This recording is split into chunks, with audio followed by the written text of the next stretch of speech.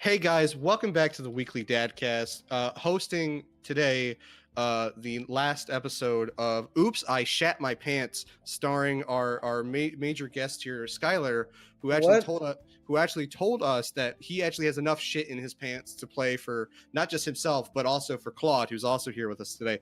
So Skylar, why don't you tell us why you shat yourself so hard today? What brought you here today? Okay, I shat myself today, says James, the person that decided to test a new audio setup literally at the start time of the podcast. Snuck it in at So the we start of started the an second hour round. later, and then actually still didn't fix the problem that he was trying to test the whole time. So we really just wasted an hour. We didn't of our waste time for anything. no reason. Skylar still had to find that save point. No, I was not playing Persona. That was Claude. I said, yeah, I meant Claude. Claude had to find the save point. Listen. Anyway, now that we're done with Skylar's weird pants shitting bit, I think Claude wanted to do the intro this week. James's bit's done. So welcome to the weekly DADCast. It's the only place to find these titans of gaming and anime. Jesus Christ. That went worse than I expected. You told me about that, and I was like, you know what? Fine, whatever. We'll see how this goes. Anyway, here today is our fearless leader, a man with a stench so foul it creates a miasma like an Inuyasha, an odor so thick it functions like N from Hunter x Hunter. It's the Reek, James. You can feel his sake from miles away. Damn. Also with us today is a legend in the anime community. He knows all the staff from every anime studio, including the janitors. It's the lore master, Skylar. Welcome to the DADCast, lore master. It's mostly true. He knows them personally. Always is your in-house villain, Claude. Claude's actually well known for he personally advised Mura on just how to traumatize Guts during the eclipse. He kept describing Guts as like the villain going against the hero Griffith. It was really bizarre. Guts is technically a villain right now. Wait, the status quo views only from the state that the world views Griffith as the hero. Yeah, Guts is like poised to be a villain in the public eye in the story. If you're wondering why that is, it's because Claude. It's because read the manga. It is because read the manga. And we're also going to read some fan questions here today. We've got some fan questions. That was an incredible intro, James. I want you to know that you're really stepping up your game. You're in every week. I'm like, man, James is growing so much. His intro game is just so on point. You come so prepared with these just like godlike jokes and setups, and I'm taken aback by you sometimes. How much work you put in. Fuck you, Skylar. I can't be Joe Rogan every week, man. Okay, I can't. Can you be Joe Rogan 1 week? I've been Joe Rogan maybe 1 week, maybe. But we've got some fan questions here today. If you'd like to send us your fan mail, you can tweet at us at weeklydadcast or send us an email at weeklydadcast@gmail.com. Stacy asks, if this was a D&D setting and all of you had to pick a starting class to match your personalities, which would you be? I'd like to be a rogue, but I'd definitely be a barbarian because I'm a bard. You'd probably be a bard, yeah. Really? Not the fucking No, you're not barbarian? aggressive enough. You're far from being aggressive enough. You'd sulk back and play a song while your wife got fucked in front of you. Bold of you to assume I'd have a wife. I like that the bard is also a cuck.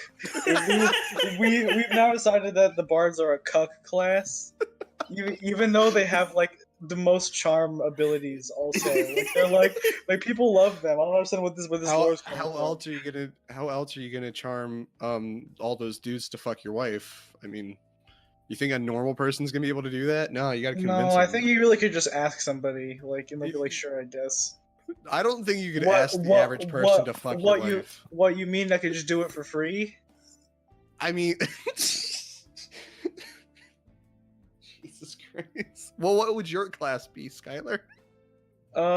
Wait, I couldn't be a bard because bards are charismatic. That yeah, doesn't well, work. so then you're the deprived. That's your starting class. The deprived, yeah, the well-known D&D beginning class. Dark Souls. Yeah, Yeah, from Dark Souls.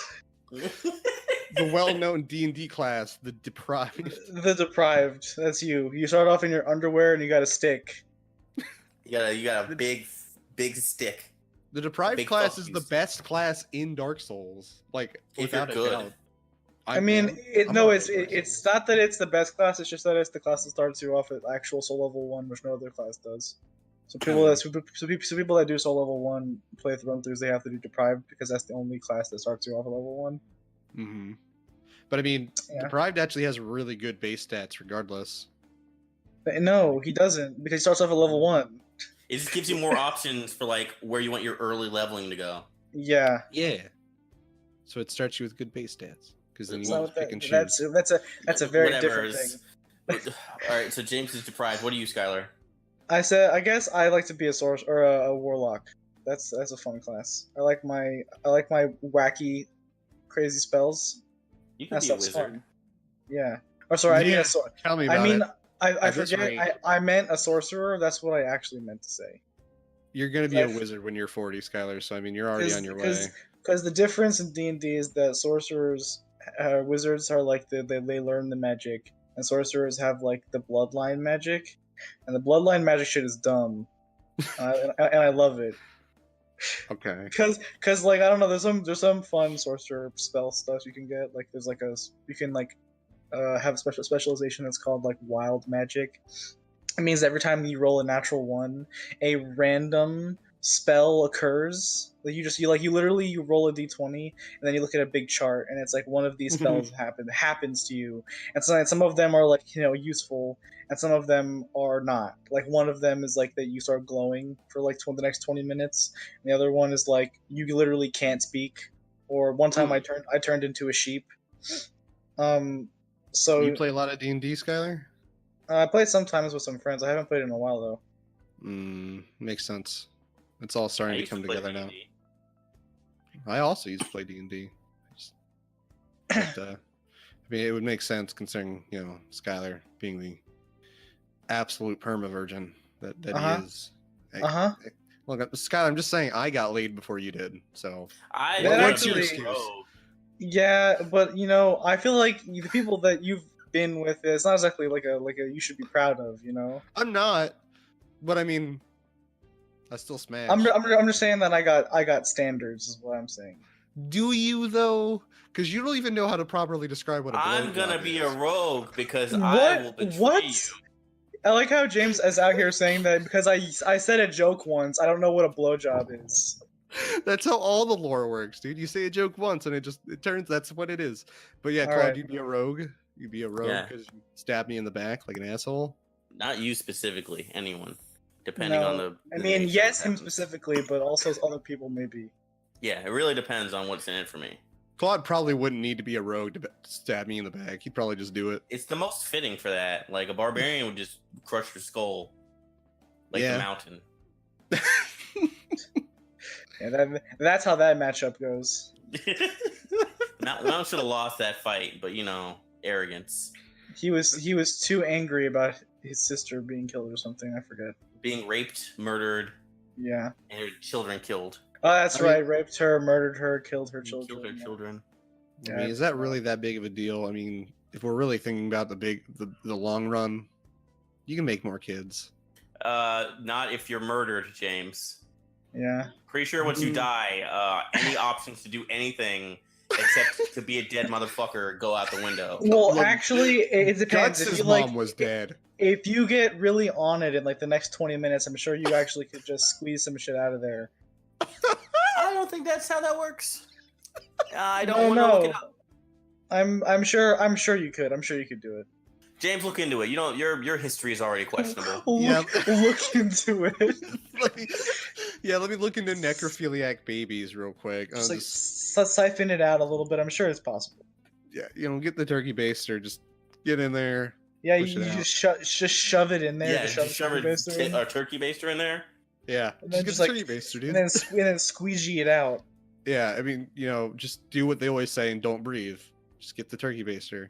Just But he had been doing that for that scene always makes me uncomfortable because like she was already pregnant, right? So why did he have a turkey baster ready? He had to get the baby pregnant. He had to. Thanks, Stacy, for sending in your question. He had David's to get the baby pregnant. David's Don't question. listen to James. What was your first non-mainstream anime? JoJo, I guess. I guess it depends when you got into that, because if it was by the time when JoJo memes had hit the zeitgeist, then that was pretty popular. I don't think it had. Part 3 had come out, but like... No, then that's past, because I started watching during season 1, and that was like already JoJo memes were everywhere. Wait, hold on. No, I started like before part 3 came, like it was like the season before part 3 came out, and I had heard about part 3 through the best friends. So when podcast. part 1/part 2 was out, did part 2 come out right before part 3? They were. It's in the same. No, season. they were already. Really? 1 and 2 were I didn't know that. Yeah, part 1 and 2 were like, it was like the first core was part 1, the second core was part 2. Well, the first core was still part 1 because That's what I said. Sorry, I messed up. Part of the first core was still part 2 because part 1 only takes up like 9 episodes. Yeah, but I think they took a break after the part 1 ended, and they had like the whatever. I always assumed part 1 and 2 were like years before part 3. No, it was literally it was like a year or year and a half before part 3.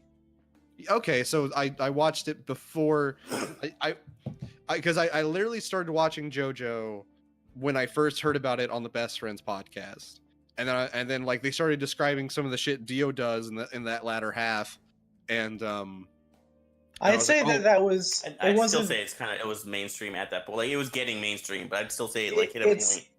It wasn't as mainstream as it became. I think part 3 definitely was when it kind of hit like that, like meme shit, and then part 4 it exploded because part 4 was just fucking dank all the way through. But I don't know. I'll say it counts because it was still like before part 3. So because like the majority, like you gotta like JoJo was like the anime I got into after years of not really watching it, and before then, it was fucking Case Closed, Spiral. I would maybe catch an episode of fucking Fruits Basket on like the Funimation channel during middle school, but that was it until I got like middle of high school. I didn't really watch anime. Are you excited for that Fruits Basket remake, James? No, because it's Fruits Basket. It's Fruits Why Basket. not? Well, what's wrong with Fruits Basket? Yeah, Fruits Basket isn't really all that good. It's just girl loves Fruits it. Basket. It's just Fruits Fujoshi Basket trash. It's not really. No. I wouldn't call it trash. It's not. For me, but I wouldn't call it trash. I don't think it's Fujo anything. Fujo trash is like shit with a bunch of hot guys in it. Fruits Basket is nothing but hot guys in it. No, the show is not. about dudes becoming naked when they get touched by girl. That's literally the show. No, but also a part of that is to turn into animals, though. Yeah, that's the comedy aspect, and then once the time runs out, they turn back into dudes and they're naked. Like that's the. I feel like there's lots of things that this happens in that like it happens in JoJo. Guys get naked a lot. In Golden Kamui, guys get naked a lot in that, and that's not Fujo trash. There's some weird scenes in Golden Kamuy. But Fruits Basket is explicitly like a weird like romance anime. It's like a reverse. It's a reverse Fruits Basket. Fruits Basket is what you would call a josei series. So it is in fact aimed at women, but it is not a like otome game like, it's not free. Free is Fujo trash. It's look at these guys in their pecs, and they're gonna swim sometimes, I guess. Get wet. It's very different. It's a very different deal. Well, anyway, JoJo was it, and I would say Ava because I technically watched that first, but Ava's fucking mainstream Ava as is mainstream as fuck. Exactly, Ava which is why I said could not be more JoJo. Which is why I said JoJo. Thank you for listening to the whole sentence. Because I literally said because I watched Ava before I saw JoJo, but Ava is way more mainstream. So there was still that gap from me watching Fruits Basket, and then me watching Ava, and then that gap again between me watching Ava and me watching JoJo. But also, why even bring it up? Because it wasn't relevant at all. Because It's like me being like, well, because my answer is gonna be Samurai 7, but like that's gonna be like, oh, I mean, I watched Death Note before I watched Samurai 7. It's like, why did I even bring up Death Note? whatever. I don't know. I just brought it up. Yeah, I know. I noticed. Yeah, you do that sometimes. Yeah, Samurai 7 is my answer. I think for me, I can't remember if it was Baccano or what was the other one? I watched like a couple of shows like in this or fucking Razafon. It was one of those. I don't even know what the fuck Razafon is. I've never heard of I've that. never heard of Razafon it. it's a fucking like Ava type knockoff thing made by Mm. Studio Bones, but it's actually pretty good. Like you describe it as an Ava knock, but like, as an Ava clone, which is what most people describe it as. But I feel like that's kind of like I don't know. It's very clearly like inspired by Evangelion, but also I feel like it's just pretty good like by itself. And it was pretty okay. I watched both of those, but I can't remember which one I watched first. Yeah. Then you should watch Baccano also. That show's good. Is that the one where they're on the train? Yeah, it's the Like- one where Yeah, it's yeah, like yeah. it's like there's the two gangs and they're fighting on the train, and then I watched there's like half of that. It's the one with the really good OP. SOP I don't is remember the really OP. good. I just remember one like male character who was like extra as fuck and he was an assassin. And he was in love Yeah. with some chick for like I don't even remember the reason, but I was interested. Was it the guy? Was it the blonde guy, or was it the dude with the red Yes. hair? Oh yeah, so Lad Russo. Lad Russo is the best. I fucking love that guy. He's great. He beat like someone unnecessarily hard. Yeah, there's a bit where like he gets in a fist fight with like a dude on the train car, and he I think it was, just like a couple people. well, it was like he fights a couple dudes over the course of the show, but I think that's what you're talking about. Is he gets in a fist fight with like I think one guy in like the dining car, and then he Yes. just like turns his head into like a paste. Yeah, there's a great bit where he just walks into a room and then he just says, "Thank you, fuck you, it's me." And he strikes a pose. It's so great. Fuck you, it's me. Oof. Claude, what would you do if somebody walked into the door like that? Thank you, fuck you, it's me. I don't know what their intentions are because if it's him, I'm scared. It's Yeah. it's Stewie. It's Stewie. I wouldn't say anything. Oh. You just expect that from him? Yeah, he would do that. I'm telling. Okay. Thank you, David and Stacy, for sending Oh, in the it's questions. it's actually thank you, fuck you, the star is here. He strikes a pose. I found it. Okay. I don't know if Oh. Stewie would refer to himself as the star, but he'd do something. Maybe if he did the magic trick right after, then I'd expect it. But not just normally from Stewie. He just did the magic trick. Thank you, fuck you, the star is here, and then you just hear like God, I hate it. just Thank you, David and Stacy, for sending in your questions. Now we're gonna move on to weeks. Claude and Skylar, you guys had a fairly similar week, I believe. Why would you assume that? Because we did one thing together. You did two things together. You did two things together. Oh, I go, It that is was true, more we did meaningful two to him. things That would be his week, but sure. Yeah. So who Wanna go first? you go first, Claude. Okay. I was sick earlier in the week, so I missed like a day and a half of school, and I used that just in bed to watch stuff and start doing other things. So I watched the Godzilla movie, the first one. The yeah, CG no- one, you mean the Netflix yeah, one? first, yeah, not the Gojira from 1954. 1957. I want to say, is it 57? Maybe I think that's what my brain. That's what Now my I brain need is to know. saying. Now I'm going to be mad at myself. If I Yeah. don't. Now we're fact checking. Fact checking but will I kill the watched podcast. first. Yeah, I 19 checked. you were 1954. correct. You were correct. So yeah, I watched that. The Netflix, the first of the three. No strong opinions, any direction. That movie was a movie, and that's all I can say about that. Which movie are we talking about? The first Netflix CG one. movie. Oh yeah, yeah. It's a movie. I finished.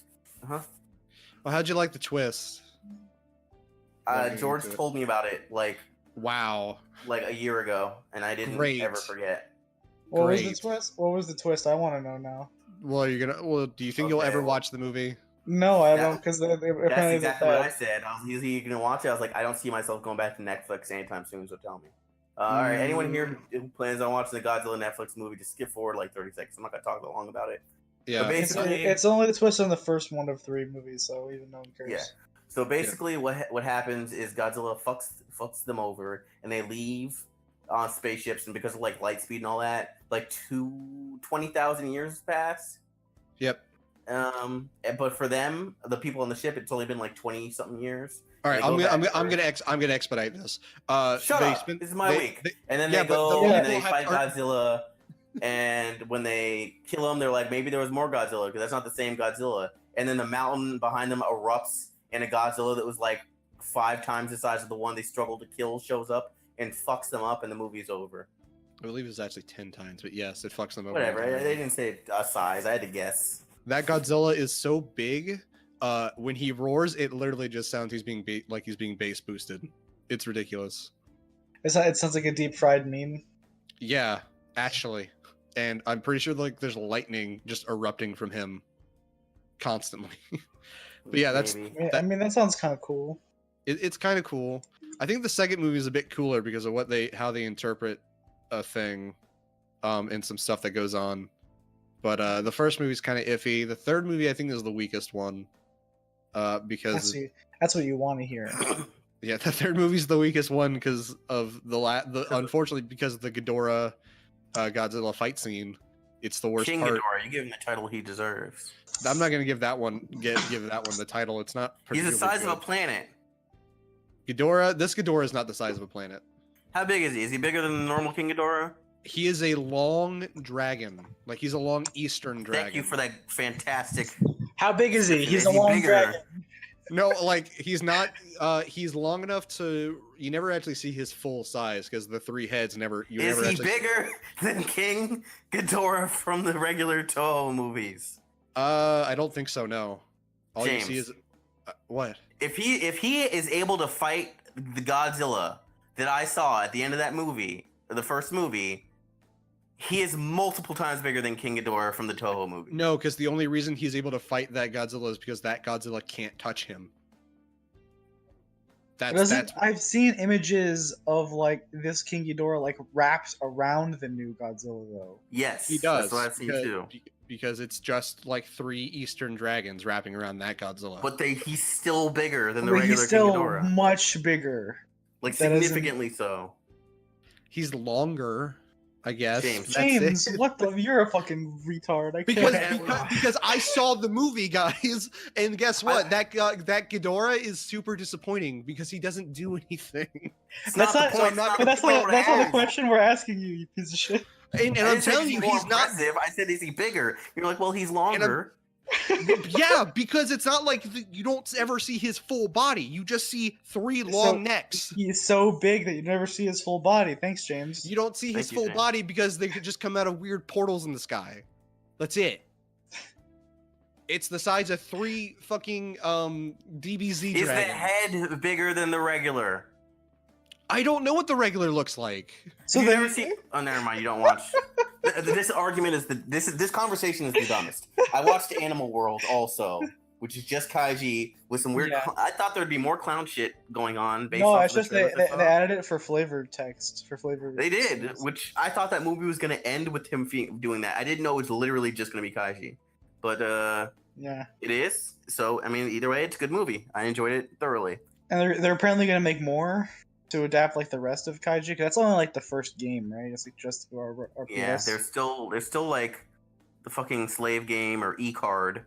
They can still do that. They're still walking down the pillars. There's still what was the final game they played? The lottery thing. Yeah. There's still a couple things they could do. I've only read the part the fucking movie adapted, so that was really convenient for me. Okay. Yeah, I mean, I finished the first season, which was like Ultimate Survivor. I did that like 2 weeks ago, and there's a second season I don't know the title of, but I'll start that at some point once I caught up was to catch up on the other series. Like I want to when I get the time, because right now I'm checking out the seasonal shows to see which I'm gonna want to keep up with. I'm gonna be finishing up Penguin Drum, like I've been procrastinating about. School's got me busier than I thought, and then I'm probably gonna finish second season of Monogatari. Whatever. That's not what I'm doing this week.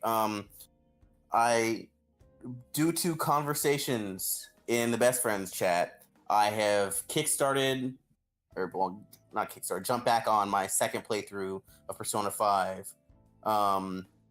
And I stopped right when you get to the Kanashiro dungeon, which is where you get my favorite female character in the game. I forget if we've argued about Makoto yet on this podcast.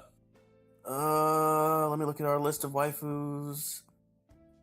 She has not come up yet. She has not been a point of discussion yet. The day will come when it will come. Because she's already good where she is right now, where she has her own personal turmoils of I don't want to be viewed as just the student suck up, and then my sister who was super stressed literally called me useless. And the people in her the sister fandom sucks. Her sister sucks also, so it's So I love her sister, but I love her later. I don't love her at first. I guess. She also pressures Sojiro for next to no reason. I have such a hard time,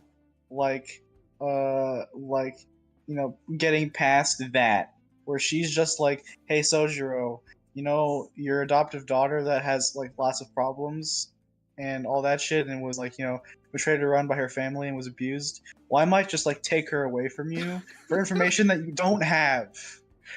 Woof. And so it's just I'm all right, I guess. We should save conversations about her for her, when we do the Waifucast with her in it. That's true. Anyway, Sai sucks. People that Sai are bad people. That's why I have to say. I get it. She's hot and she comes around later, but it's the Jamie Lannister problem of you did some fucked up shit when I first saw you. I'm not gonna forget that.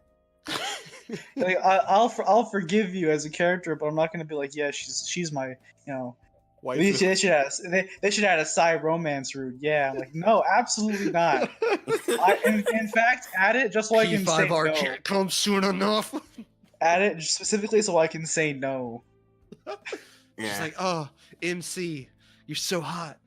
Let me hit. She's no, you're a monster. Stop it. Yeah, Get out of here. I've been going through that. I've been way more efficient because New Game Plus is always fantastic because I don't have to worry about getting up my skills. The only thing I'm not maxed on is Guts, which I'm 4 out of 5. So there's not gonna be any roadblocks because that's honestly what takes up the most time in your first playthrough. It's getting through some of them. And I remember Haru's I didn't even bother with because it's to get to the second level of Haru's, you need to have 5 proficiency. Get fucked. What is this? It is something that I neglected the entire game because I don't think there's another S-Link or Confidant, whatever you want to call it, that requires proficiency. And here this bitch comes out of nowhere being you need 5. Yusuke requires proficiency. I didn't finish his either. But yeah, you should do theirs because Haru's fine, and her S-Link actually is kind of pretty decent, I think. I love Yusuke though. He's great. The goal is for me to do all of them. It's just because I didn't. It's one of those things where I had certain people's opened, and it's hey, do you want to finish up this one, or do you want to spend the day studying to hopefully get this one up in the next couple weeks? And because of that, I'd get stuff up, and I'd get some people's finished, but not as many as I wanted.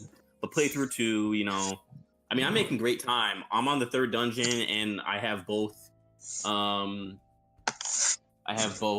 Ryuji and on at rank 7.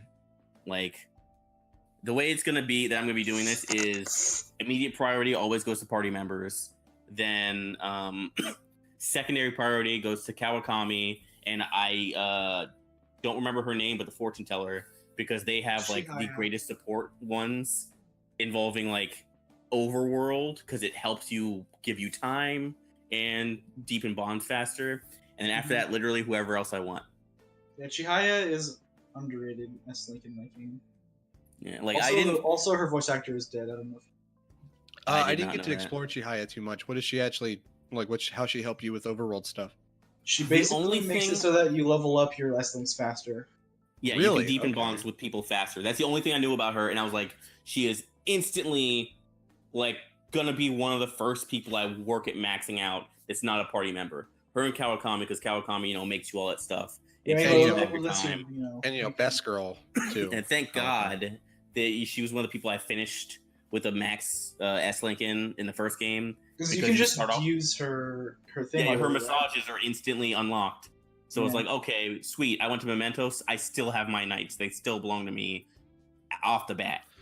Question: does dialogue like change in New Game Plus when you have maxed out social links? No. Like, No, only that's weird. the only thing that changes. Well, I mean, the social link doesn't stay max when you do the New Game Plus. The only thing that happens is that when you max the social link out in New Game Regular, they give you an item that lets you use their rank 10 like thing. Well, not always normally. rank 10. It depends. Like on It's like started the because most- she was maxed out for me. She had her crocodile tears and like sexy talk things like the yeah. stuff we use in not all of her abilities, not even her level 10 one, but like it's very specific ones depending on who they are. It's like they're useful ones, I find usually. Like it's like with strength, it's like the lets you summon things that are above your infused persona that are above your level. And then like I don't know, for Sojiro, it lets you make the big curries that give you your like full heal. I'm SP. so excited to max out Sojiro. Also, I learned something that like made me mad. I'll finish up my week after this. Which is I played my first playthrough and I kept trying to spend so much time with Sojiro and I was like, man, this isn't maxing out. Where's the cap? I didn't know. I wasn't even worrying about it now, but I didn't know that once you get him to rank 3, he will not be able to go to rank 4 until August because of obvious reasons. Because of until you get to top. You wouldn't know that when you first play the game, so it's like, man, I'm dumping time into this guy for nothing. Yeah. Right. Yeah. So that's And also, going on. and it's also impossible to know before that point because it's literally like a reveal that makes it's fucked up. And then lastly, Skylar, George, and I all went to see the Dragon Ball Super movie, and I'm pretty sure we'll talk about it a bit more on his week probably because I want to finish out my week. But it is my favorite Dragon Ball movie, like period now. Because before it was Battle of Gods, that was my favorite movie. And now it's this, and I guess for just so you guys know what's happening, at the end of this podcast, we're doing a big discuss for Dragon Ball Z, and the next week is Dragon Ball Super, when all of us have seen the movie, and we'll also be doing talk about the movie. Yeah, Yes, unfortunately, I couldn't see it last weekend, but yeah. Skylar, what was your week like? Well, this week I've been busy doing stuff for work, which is always exciting. But I also did some other stuff. I beat Breath of the Wild, which is a good game. I don't know. I feel like I have nothing to say about it that hasn't already been said. The game's like 2 years old now at this point. It's great. It's really good. I did all the things, and it's very fun. I don't know. I have nothing crazy to say about it, except for the fact that, objectively speaking, the Gerudos are the best race. And anyone who disagrees with me is wrong. And then other than that, I played some Splatoon, which that's still fun. I think that the Splatfest. We played a lot of Smash as a group, and we found out. I did play a lot of Smash. That's true. Found where everyone stands. Yeah, it was funny. It was funny after you left last time. I felt bad, like I should leave because I was just like dumpstering on George and Stu. Really? Yeah. Damn. And it was just like I kept changing characters, being like, okay, maybe I'll play someone I'm not know how to play that well, like in 1v1, and it was just like, oh no.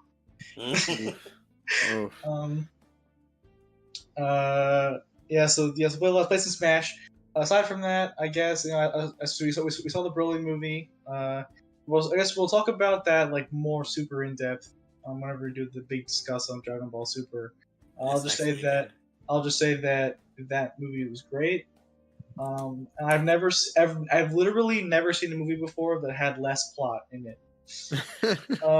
In fact, there basically is no plot. There is just a setup. The beginning of the movie is just you know, It's all set up for a fight. this is the backstory. No, actually, weirdly enough. Because the very beginning of the movie is just like, it feels like it's like for people that have never seen Dragon Ball before, and it's like, this is like, you know, It's the retcon. Why Frieza? Well, yeah, it's retconning Broly's backstory, but also it goes all the way back in with like, this is who Frieza is, and why we hate him. Frieza's fucking racist off the bat, and this is even a spoiler thing. Everyone knows this is. Guess what Frieza's first line of dialogue is? Frieza's first line is fantastic. What is it? He King Cole's like, everyone, you will now fall under my son Frieza. He takes a step forward. And he's like, "Hello, monkeys." They have that in they have that in the trailer. That's his first line in the movie. Well, it was funny because as soon as he said it, both Claude and George fucking lost it, and I was like, "Yeah, that's good." That was funny. You know, like, wow, this dude. I will say that there is a plot. Kind of. When you said is it set up for a fight? I was like, no. Actually, a fight was not even the initial plan. But when you find out about the plan, it is the most godlike thing in all of Dragon Ball. Yeah, it's literally the entire reason the movie happens is like the dumbest thing I've ever seen in my life. It's great. Okay. And it's dumb in a fun way, not like, you know, Goku cried and he made me mad. Yeah. Like, dumb as the rationale of, like, I want to win the food from or you guys didn't see it, the episode. I want to win all the food that they have on Earth. This is Choppa, the brother of Beerus. How do we do this? We could compete. I don't know. Sure, let's challenge them to baseball. They play baseball, right? It is like that level of like, wow. Okay. It's like gag episode. Okay. Yeah. It's basically a joke thing that happens that causes the movie to occur, which is pretty great. So basically, the movie's basically like 20 minutes of retcon / this is, you know, if you've never seen Dragon Ball, this is what happens to Planet Vegeta, and why we don't like Frieza. And then there's like 15 minutes of like setup for Broly, and like, this is who Broly is in this movie. This is his character now. He's different than he was before, kind of thing. And then the second that Broly like sees the main characters, the movie just becomes like a non-stop like action sequence. There's like a total of like 15 sentences that are spoken after Broly sets foot on Earth in that movie. And I think it's more than that, because there are some things that are explained. There are a couple of things that are explained, but it's literally like cuts away for like a couple of seconds, and then it's just like back to it. We're back on this literal non-stop, like it starts at like 9, and then it just keeps increasing for the rest of the movie until we're eventually at, they clashed so hard the universe exploded. For a couple of seconds. We should probably not go much further. Yeah, at that point, I'm going to tell you to, like, stop. Yeah. Anyway, so that was fun. This will be next week, folks. Yeah, next week. So it was fun. I had a good time watching that. Other than that, yesterday I went to a concert. I saw No Name Gypsy. If you've heard of her, she's like occasionally featured on some Chance the Rapper albums. She has 2 mixtapes, I think, or maybe one of them's a full album. Who knows? I don't know. She has 2 mixtapes out right now. It's like an R&B, like hip-hop kind of thing. I recommend checking her out if you haven't heard of her, because she's like, I don't know, I like her a lot. And she was great. It was a really fun show. It was like it was at the Ritz in Ybor. I'm not sure if you guys have been there. It's kind of a smallish venue, so it was very like intimate. And her backing band was great, and it was fun. I had a good time. I was pretty drunk, so that was fun. Me and my friend killed an entire bottle of tequila before we left. So I can't do tequila. I have tequila, but it's like he had the limes and the salt, so it was, you know, manageable. But still, it fucking sucks. I've had good tequila before. I know I've been in Mexico, but the shit, like, he bought like Jose Cuervo. That fucking stuff is vile.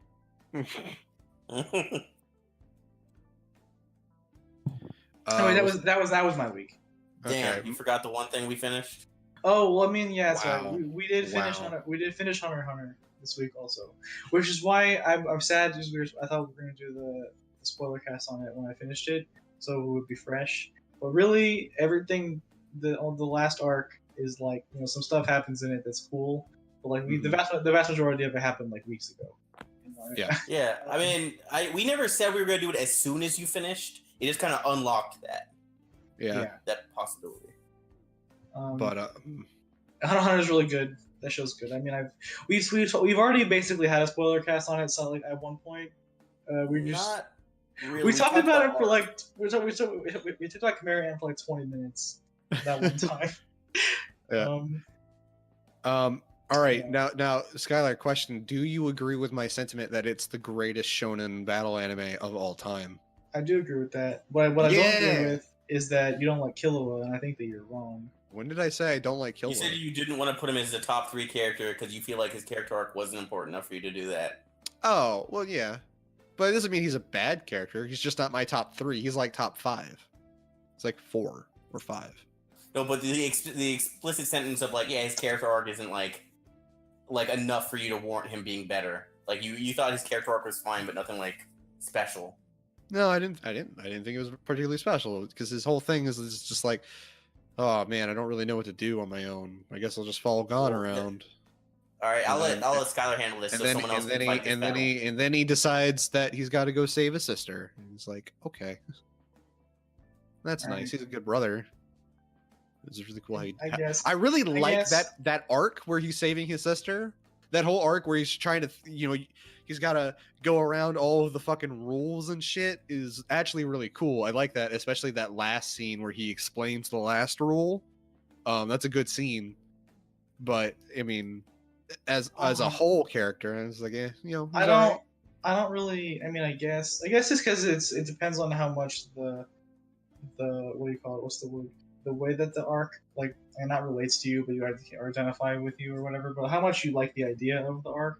But I think that it was really like satisfying when you get to like the end of that arc with Aluka, and you look back at like how Killua was in like the first arc during the Hunter exam arc, and like the fucking character development on display is like it's so extreme.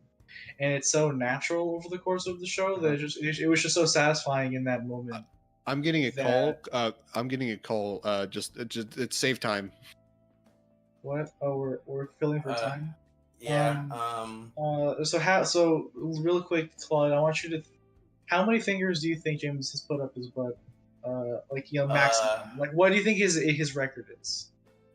6, because he's told me he's fisted before, and he's trying to like Vanilla Ice go into his own body. Yeah. Just 6? You think that he hasn't you think it's just so the whole hand obviously is 5. You think he only could get 1 finger in after that point? He's testing, so he doesn't worry about the ripping and the tearing. I feel like just putting the 1 finger in after the whole fist is in is a little bit that's like pussy shit. Well, he needs to. He's easing his way in. It's like those people who put the giant things in their lips, like in Africa. Like they don't go straight to that. They slowly widen it out. But do you really think James has the kind of patience for that though?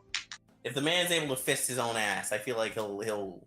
I feel like, but I feel like though that when he gets to that level, it's not really because he was carefully weaning the size of his anus. A larger every day, put the finger in, let it sit there for a minute, take it out, then over the course of several months, finally the whole fist can fit in. I feel like he just was really feeling it one time and just gathered the courage and the will to just shove it right in there.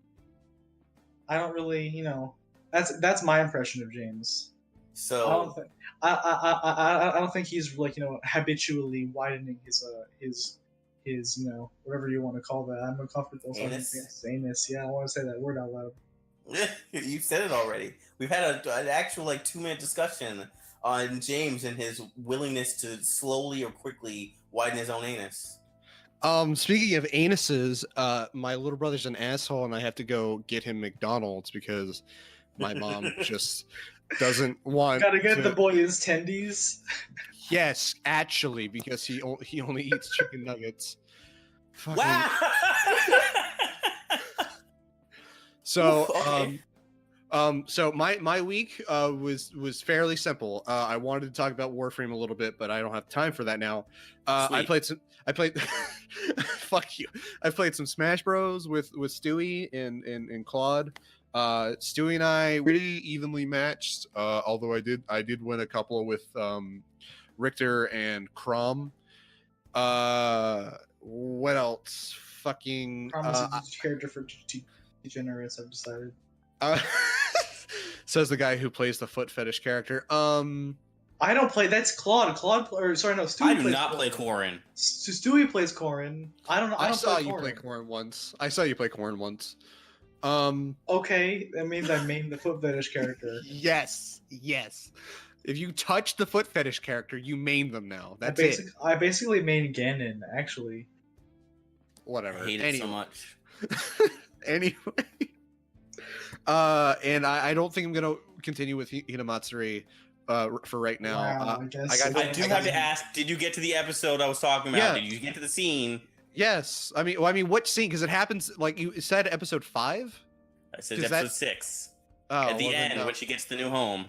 Oh, then no. I thought you said episode 5, which is no, weird. James. We explicitly were asking what episode was next for you. You said episode 6 next. I was like, it's at the end of episode 6, and you're like, okay. Oh, I thought you said 5. My bad. Well, anyway, no, it's just like I don't think that's really what I want right now. It's not a bad show, and the show is really like well animated. Like I enjoy some moments of it, especially like the fight by the river, the quote unquote I don't even know fight. if I call it a fight. That like I said, quote unquote fight by the river, is nice. It's funny. It's just I don't think I'm really looking for. I don't think the show's really what I'm looking for right now. With like the what's the word? Wholesome, comfy dad-daughter interactions. James doesn't like things that are too wholesome. Reminders. No, it's not even that it's too wholesome. It's not even that wholesome, considering that one dad's a fucking yakuza and drinks all the time and goes to strip clubs. That has no boring on if you could be a wholesome dad. Anyway, there's some terrible people out there who are good dads. Anyway, I just don't think it's really what I'm looking for right now. I don't think I'm ready for that comfiness right now. So I'm gonna move on to Mob Psycho 100. Move on from one wholesome thing to another wholesome thing. Is Mob Psycho 100? I guess it's kind of wholesome, but it's not the same kind of less wholesome because it's not. Yeah, it's not like cute Daughteru shit. Yeah, I've never really been one for Daughteru. Honestly. That first episode of season 2 though is the most wholesome thing. Mob is wholesome. Mob is wholesome as fuck. Reagan is a good dad. But you would later he is when you find out more because at first it's like wow. But I gotta go get Jake's fucking tendies and shit. So I'll be back. You got Claude. I'm gonna have to hand over host ability to you. Okay, sweet. All right, here's what's gonna happen, Skylar. Neo Shin DADCast for Shin DADCast for a while, and I don't. This docket, there are some things on here that I don't want to talk about that much. Like what are we skipping? Show me. We'll go case by case. First off, we're gonna hold off on the Waifucast, except for one part of it. Now, yesterday was the first time in Waifucast where we've had one person say viable and the other say non-viable. I was like 90% certain I knew your vote, but I wanted you to say it. We're not even gonna have a discussion. What's your vote on Yukari? Oh, I thought we already did Yukari. Yukari's bad, and I hate her. We've talked about her, but she wasn't the one of choice. We just kind of went over to her, and then we were like, we'll shift back. But yes, he said she's viable. I said she's not viable. And I think my exact sentence was like, James, thinks she's viable. Yeah, he was like, she's got a choker, and I don't remember what he said. I was like, James, there's 2 people in this chat who have beaten that game and say she's the worst in that game. And those same 2 people have beaten 3, 4, and 5 and agree that she is the worst female character in the series as far as party members go. We both agree on that. He's like, well, I'm still saying she's viable. I was like, well, we'll hold on to this. What I will say about Yukari is that I hate her as a person, but I think she's a decently well-written character, but I still hate her. She's a bad waifu. People that like Yukari are wrong. Like, all right, so the way I said it last week is the way I'll always describe Yukari. Is when it comes to her, is like, I get your deal, Yukari, but at the same time, shut the fuck up. Yeah, she's like, it is. it's like her thing makes complete sense, and I don't mind it that it's like that, but it's still like fucking woof. Like, why you gotta be like this? Okay. So with that will be settling last week's one. When James comes back, we'll finish this week's one. We'll knock out the news that, the anime news he didn't even really have much for. So there's how much heavy dumbbells can you lift? Manga is getting an anime. Oh yeah, that's all right. You know about this. Doga Kobo's doing that. Doga Kobo's been weirding me out lately because they used to be like a typecast studio. They used to only do like, oh, we have like cute rom-coms, or we're gonna do the cute rom-com thing. They used to do that. That was like their bread and butter. And then they did Lolicon Maid last season or wherever that aired. And now they're doing the other one. What's the other Lolicon one? Watsa-ten, that one. Oh, you're the one that people in the best friends chat are fools and are telling me it's not Lolicon one? No, just because she's not dangerous doesn't mean it's not Lolicon. It's not as dangerous, but it's still like, yeah.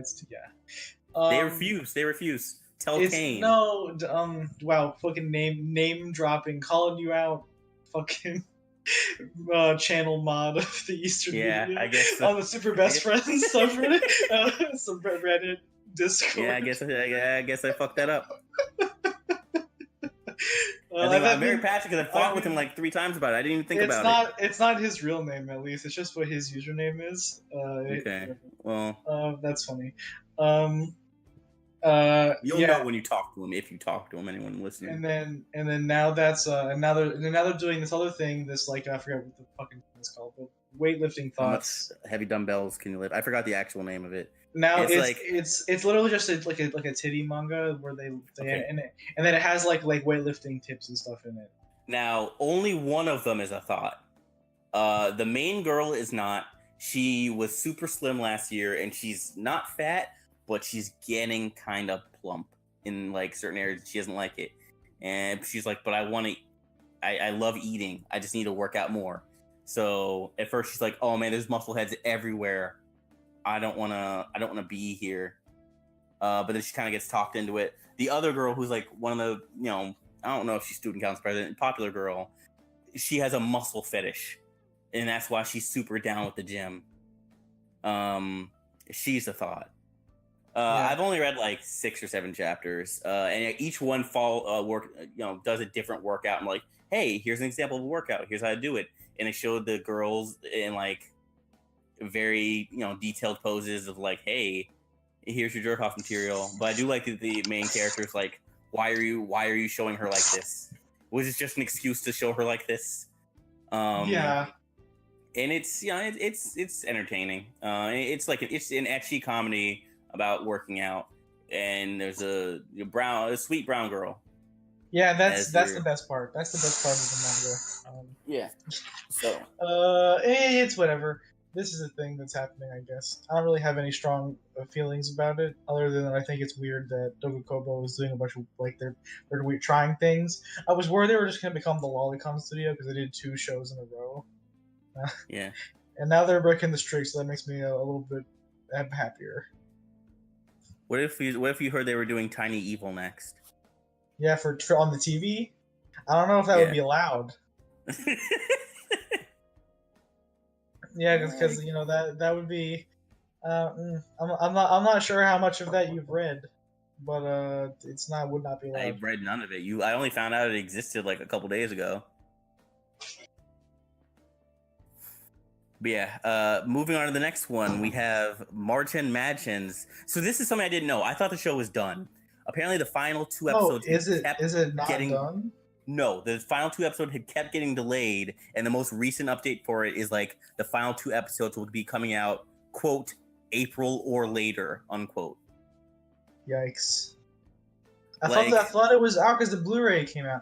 I guess it's probably it's probably being delayed because they're fixing the show in the Blu-rays, right? Because the fixes are significant if you've seen them. Yeah, I've seen them.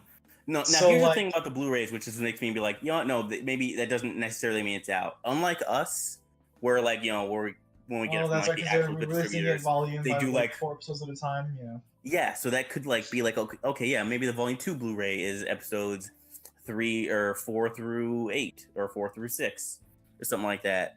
And like we're seeing those, but the final 2 have not. They've been like, we need to do something here. I only watched the first 3 episodes of that, and I was like, man, I'm done.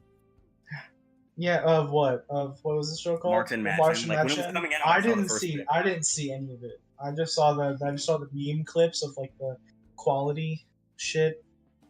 And that was it. I almost watched it at one point because I heard it was like a Yuri thing. But then kind of. but then I looked at it and I was like, nah. The main girl is like the type of like cute idiot girl that like appeals to me, and I was like, I'm gonna give this a little bit. And I got to episode 3, and I was like, wow, this is boring. It's because one of those things like, hey, you have that special power, you know, but you don't know how to use your special power. It has like magic shit in it, like their fight. Yeah, like there's tomes based off of certain storybooks, and she has the Cinderella book, which is like mythical. And then like some like girl from somewhere in Europe was like, that story was written in our country. I'm gonna take that book from you. And she's like, no, it chose me. I don't remember anything about it. I remember girls from other countries came because there's a tournament, because of course there was. I don't remember the purpose of any of it. I remember being so bored that I was like, I'm not reading this again or watching this again. That's unfortunate. Yeah, I mean it is what it is. When you got a mediocre series and you got a bad anime adaptation, you gotta forget it exists. So I'm gonna forget about this series until the next time they fuck up somehow. April or later. April or later. Hopefully the episodes that air are like the Blu-ray quality releases, 'cause otherwise that would be whack. I'd laugh harder if it wasn't. I mean, it would be really funny if it wasn't, but still. Like they pick up the My Sister, My Writer team and be like, "Hey, help us out here. Please, we need your help. Let's call in the wow. I can't say it. Never mind. Let's move on. Let's move on straight to Spider-Man: Far From Home, who's moved on to somewhere in fucking Europe. I think they're in like Bruges or something in that trailer. I mean, they're in the UK. I think for one clip. I think they walk by like. The only thing I know about the trailer is just the light they painted Mysterio in made it seem like he was like a hero, and I don't know how I feel about that. Well, I think what they're doing with Mysterio in this is because Mysterio's gimmick originally was he was like an actor, right? And he was a special effects guy. Yeah, he used his special effects knowledge to like fool people into thinking he was a supervillain or whatever. Yeah, which is like the greatest thing ever. So I think what they're doing in this, of what is shown in the trailer, is that he's still like a producer or some movie-related figure, but that he's trying to like cash in monetarily on superheroes. So he's like manufacturing like fake villains and fights with special effects. Mm-hmm. And that he might be the guy that fights them or something, so he can look like a hero in those instances, which sounds pretty great, to be honest. That would be great. My main reason for being like they cast him as like a hero is because Tom Holland actually said before that Jake Gyllenhaal, I think it was Jake Gyllenhaal playing it, but that Mysterio was gonna be like good in this movie, because he mentioned that beforehand. So I was like, oh, okay, he's gonna be a hero, and then they showed this, and I was like, oh. But if they do that, like he's like, yeah, no, I made it just look like everything was being attacked, and I was, the defender. I was like, that would be great. I would love that because I love Mysterio as like he's actually like meme tier, like the same way we do like talk about like, joking stuff being like the greatest. That's what he was, but in the '60s, like that was unheard of then. You normally have some dude who's like, I can control technology. It's like, no, I'm just tricking all of you. I'm alive. I can't do anything. Yeah. Do you remember how they did that in the PS2 Spider-Man game? Spider-Man 2, the movie one? I remember a scene where it was some weird giant coliseum. Okay, that's different. That's a challenge mission. That's different. That mission was great. I'm talking there's a boss fight you have with him once in like a 7-Eleven or something. It is literally like he's holding up a 7-Eleven, like, and he's like, I'm an alien. Give me all the money in the cash register or I'll vaporize you. and then the guy at the counter is like fucking like the groupie from Tenacious D in the Pick of Destiny, like that tier, like stoner, like, oh yeah dude, just don't kill me bruh, and he's like has like this fucking like dude bro voice. Mhm. And then Spider-Man walks in and he's like, what the fuck are you doing, Mysterio? Why are you holding up a convenience store? And then Mysterio is like, fuck you, Spider-Man. And he does like the Tuscan Raiders pose with hands over his head, and then like this health bar appears, and it's like he has like Oh my God. he has like 9 health bars. It just keeps going. Like his health bar is the biggest health bar in the game, and then you go to fight him and you punch him once, and then he dies instantly. I don't remember that, but that's fantastic. It's really good. It's really good. I remember I loved that game. That was like my favorite game on the PS2. I played it a fuck ton on the PS2. I think I as a kid I liked, was it Spectacular Spider-Man, or was it Spectacular Spider-Man wouldn't have been out of that. Well, I mean, it depends on when you played it. Shit, what was it? It wasn't Amazing Spider-Man. It wasn't Superior A movie? Spider-Man. Are you talking about a show or? It was a game from the PS2. It was the one where you played as both Peter Parker, and then you also would play as Venom sometimes. Ultimate Spider-Man? Ultimate Spider-Man, thank you. I forgot what the fucking thing was. That one, yeah. I think I liked that one better as a kid, because I think they basically just took the Spider-Man 2 and then like improved the mission structures and things like that. Yeah, they were like, God, like it's weird to think of as a kid. I'd be like, in my mind, like Endgame, but like, man, I'm gonna be Spider-Man. I'm gonna make my own Spider-Man stories and like play them out. And like I remember a point in time I would do that too as a kid. I was like, what was it? I was like going through the plot point of Spider-Man losing his power, so I would just run everywhere for a little bit. Yeah, I remember doing that shit all the time because you just fuck around in that open world. There's always like mini games happening all the time, so it was really easy to do that kind of thing. And then there was also the one I remember that was like, this was like the most I'd ever committed to like making my own narrative when I was playing a game, is that someone insulted me when I was just like around, and I was like, I wonder if Spidey gets fed up with this. So I just swung onto a helicopter and like, because you can get to the Statue of Liberty. Yeah, and I just stood there, and in my mind I was like, crime's taking over the city. Maybe Spider-Man needs to come back. Like I remember like thinking that deep into it, and like thinking that my actions doing that were like actually like, oh no, Spider-Man needed to learn his lesson. Like I was a little kid, but I thought really into it. As I think the most I ever did that as a kid was not with Spider-Man. It was with Jack 3 on because the thing with that game is that when you're in like the deal with in the city or whatever, you have this like thing where like the city is like, you know, in the middle of like a constant like combat zone essentially, and so like there's the harbor area, which is like the hub where all your missions and stuff are, and then the both exits into other areas of like the city from Jack 2 are now been turned into just like huge full-scale combat zones where the good guy people are fighting the bad guy, the robots or whatever, and stuff. So in my brain, I was stuck on this one level for so long in Jack 3, but I still wanted to play it because I liked it. So I just kind of made up narratives in my brain, like Platoon-esque. Like we're gonna like fight off the villains, and we're gonna go and we're gonna like whatever. And it was literally like me like recreating like war movies in my brain.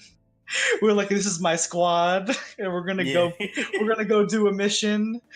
Yeah. Fucking making your own fun was a thing. That's when you know you're not a tiny brain like someone in this podcast who left to get literal chicken nuggets for a kid who will only eat chicken nuggets. I've never heard that in my life. Anyway, the next one weirdly enough I can't even talk about because I have not seen the John Wick 3 trailer yet. Oh, I haven't seen it yet either. I haven't seen it yet either.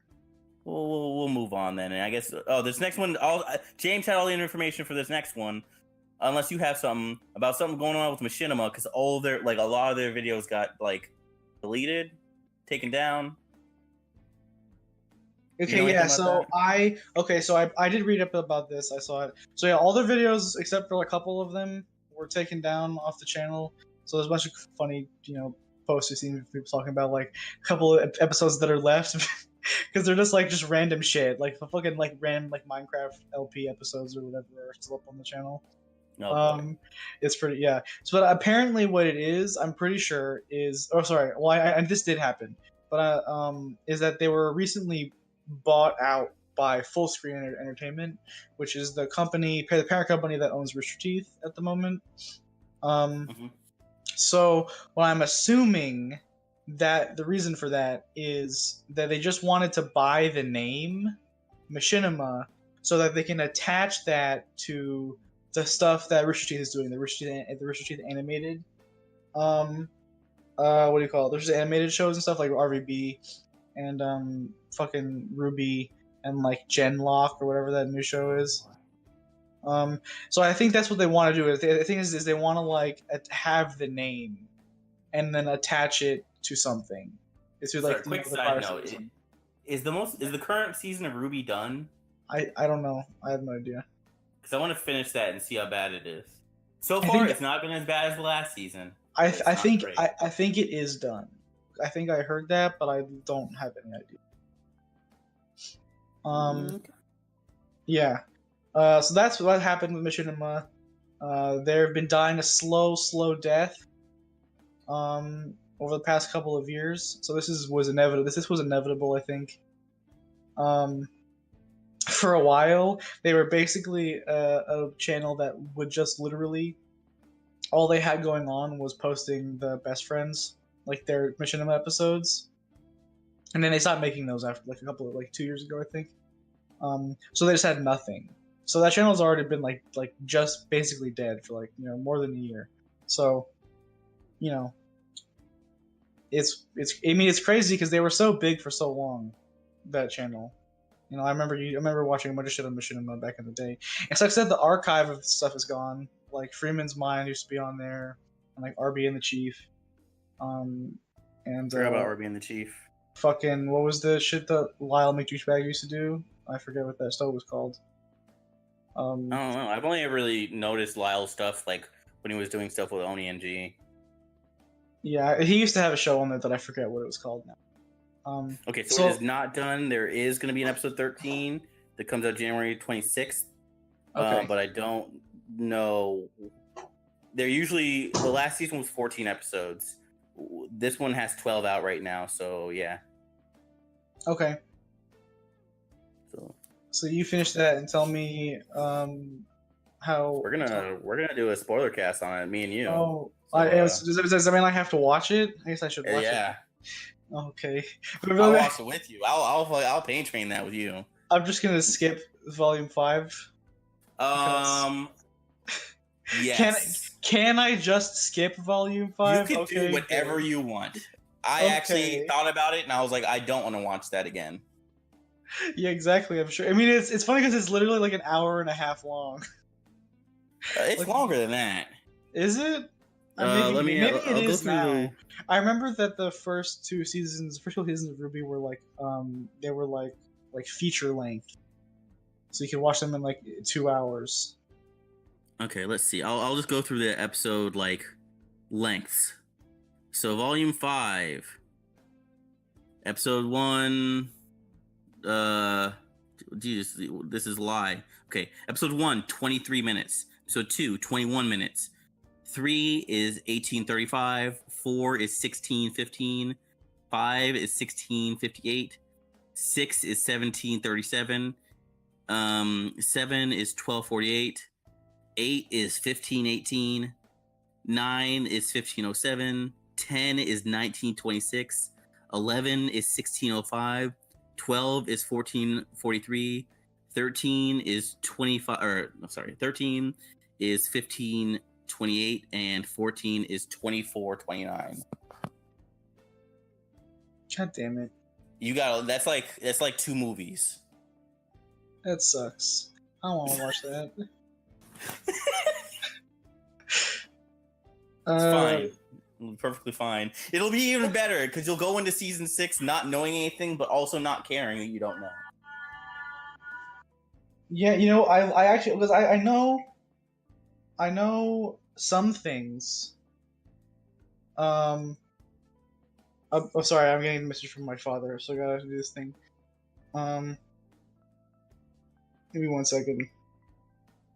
Okay, I'll kill for time. All All right, right, hey everyone. all right. I'm still here. It's just that I know some things about Volume 5. Like I know that like Yang is mad, I guess, and I know that Yang's like been mad. I know that Raven is like shitty and that she sucks. I don't actually know what happens with her. I just know that people are really not happy with how her Yeah. character went. Raven was way cooler when you didn't know who she was or what her deal was. Well, you knew she was the mom, but you didn't know what Raven's deal was. That's the coolest she ever was. Because when you find out about her, she's written as one of those characters who's like, we want her to be cool. But in all actuality, she's not that cool. She's also a coward. Great. Well, she's not always. She's a coward when it comes to specific people. What does that She mean? ain't no Blake running around here. Blake sucks. Blake does suck. She's just. How the fuck did we get on a Ruby? Anyway. Yeah, that is confusing.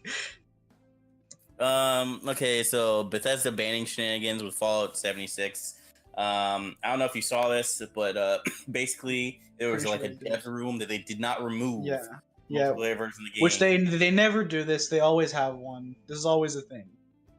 Right, but this time it's a multiplayer game, so it probably should have thought more about it than not at all. Yeah. Anyway, people got into this room and they got some weapons and they sent them to their other accounts, and other people got a hold of them through those people. And then like you get, what was it that happened? Like the full process was you would get your account locked. You'd have to explain to them how you glitched yourself into the room, because there's some people who might have been like, I don't even know how this happened, or I got this thing from this person. I don't even remember. Like, explain to us how you glitched it, and then we'll find out how to unlock your account. Like, what? Yeah, it was literally like write us an essay explaining there's the write us an essay, which was explaining what you did wrong, and I'll never cheat ever again. I'm sorry, but then there was also write us like a thing explaining how you got into the dev room, because we have no idea how you did it, and that'll not only help us stop people from getting in, but it will serve as proof that you have seen this message and that you are sorry, I guess, was the implication. Yeah, so that was what it was. It was get in the dev, and then and so it's weird. It's just another long lit thing, another long thing in the long list of things that are confusing to me about fucking Fallout 76, and how I've never seen anything in the history of anything be this fucked in this way. I've never seen a bigger. Oh no, what was that? What happened? Who left? Was it you? I wanted to mute because I need to take care of something for a second, but for whatever reason, every now and then when I try and mute, it kicks me from chat. So yeah, I was only gonna be gone for like literally 3 seconds while I put something away that was gonna make some noise. But you continue. Yeah, I've never seen anything else in the history of any sort of product launch. I think I was saying I've never seen a product launch that has been more fucked up, that also has resulted in the death of people. Like, I think this is the most disastrous launch. Who died? Wait, what? Of anything. I said I've never seen a product launch that's been this disastrous that also didn't result in someone dying. Oh, it didn't resolve. Yeah. Okay. So so this shit is it's outrageous. Yeah, it's incredible how bad it is.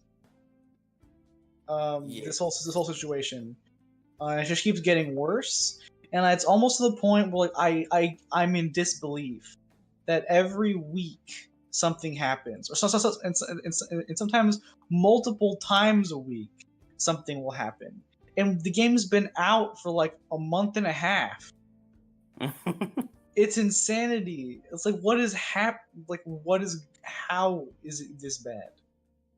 How could it possibly be this fucked?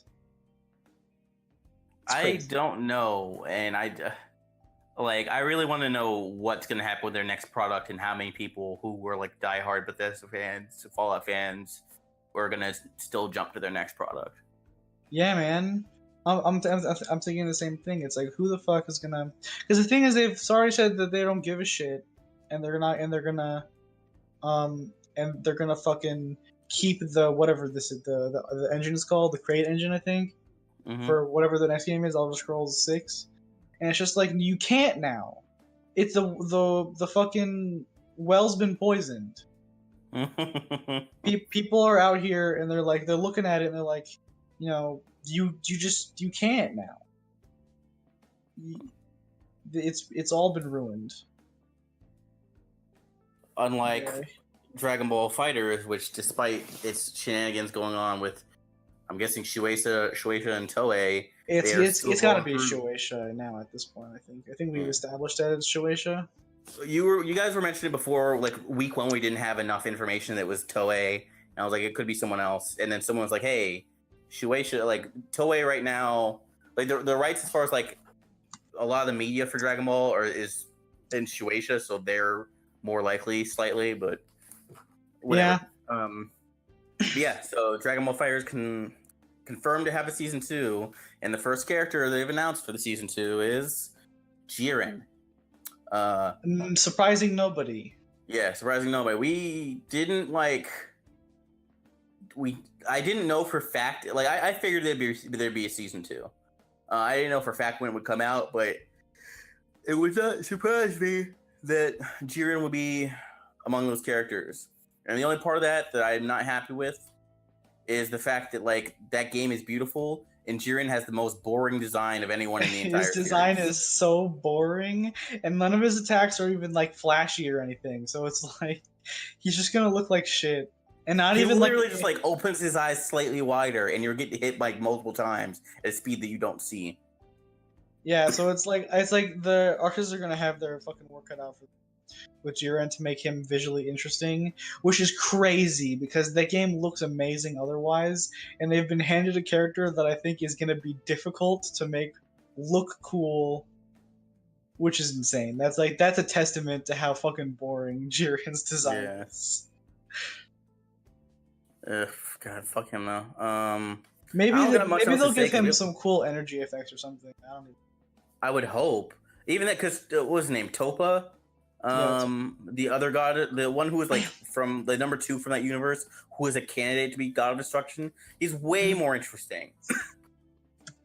But like, I don't know, we'll talk more about him, I guess, during the Dragon Ball Super. People were really hoping it would be Topo, and I think they're fools, a lot of them.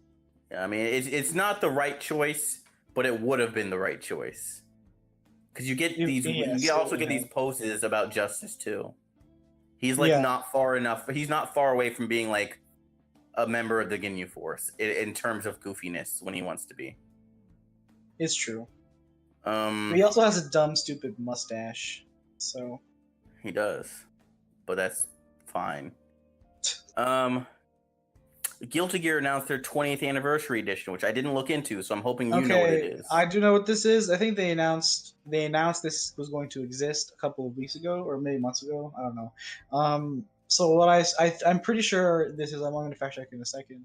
This is being released on the Switch and on the PS4, but the versions are different on both.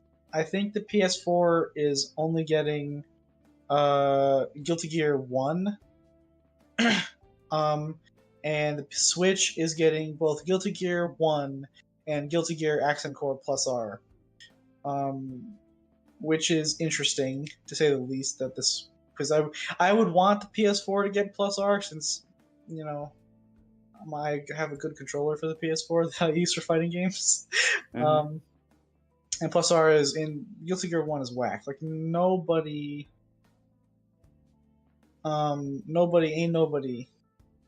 wants to play Guilty Gear 1. We're still like, the game is dumb.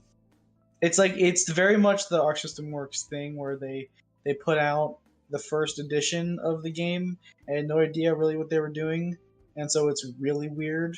And they have lots of things that they iron out in the other versions. I'm not sure if you ever played like Blaze Blue Calamity Trigger, the first one. No, the first Blaze Blue I played was wow, what is the name of it? I can't. There's one of the ones I can't remember the name of. Was it Chrono Phantasma? Chrono Phantasm. That's Okay. the first one I played, and I didn't play that much of it. I didn't really get into it until Central Fiction. What was the one that was before Chrono Phantasma? Calamity Trigger? No, there was one in between them. I don't know, man. They're all their names are so similar that it's hard to stand out. I know there's Calamity Trigger, there's Chrono Phantasma, Extend, and then there's Central Fiction. But Continuum Shift. That's the one. Fuck. I forget that one all the time. God damn. It always starts with a C. Yeah, always with a C. I always know. I just forgot what it was. Yeah. So then the first version, Calamity Trigger, was crazy and had a bunch of shit that was like insane. Like you couldn't get your burst back if you used it ever. So burst was really bad. Because if it got baited, you just didn't have a burst now. So no one ever used overdrive for burst because it would be a waste because you only had the one overdrive in the whole set. And that's a fact. If you can track down the VOD, you probably can. It's probably long gone now. But Majin Obama, the streamer, did a really goofy live stream of like this old MTV show. I think it was MTV. Maybe it was VHS. Whatever.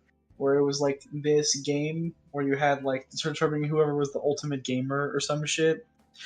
And one of the episodes they did a first to 5 in Blaze Blue Calamity Trigger, and it was fun watching it because he's like commentating it like an actual Blaze Blue match, and they have no idea what they're doing because it's just for like dudes that play Call of Duty being forced to play this anime game.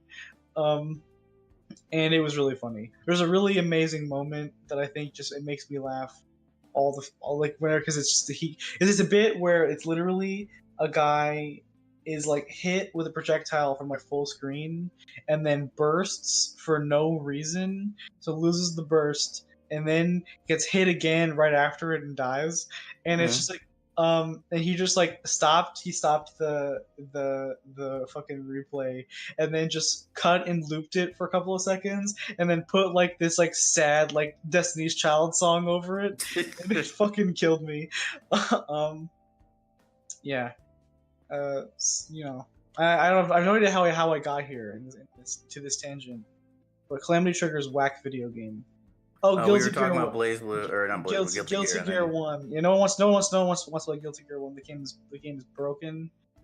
Everyone wants to play Accent Core Plus R because that's like arguably the best Guilty Gear game.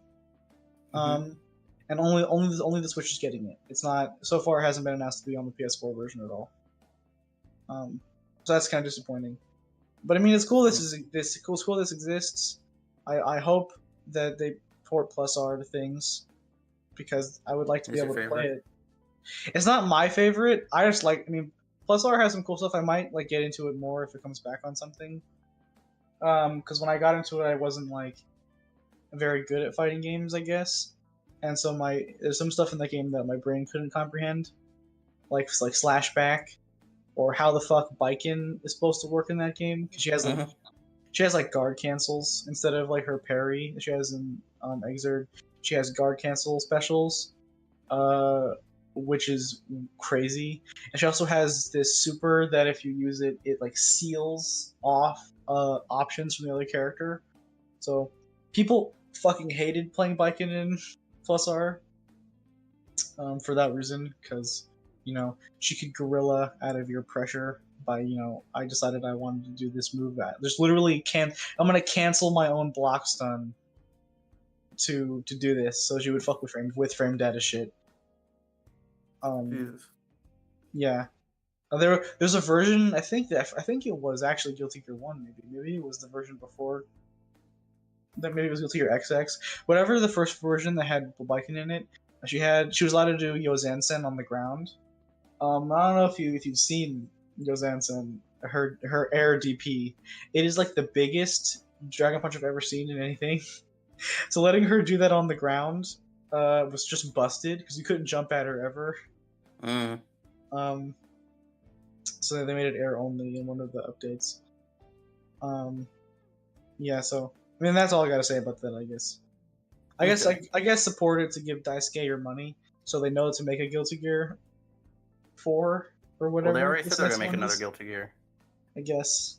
They said they're gonna make it. They're gonna make his control simpler. They said they're working on another Guilty Gear project, whatever that means. Daisuke is gonna get sent to the pachinko mines.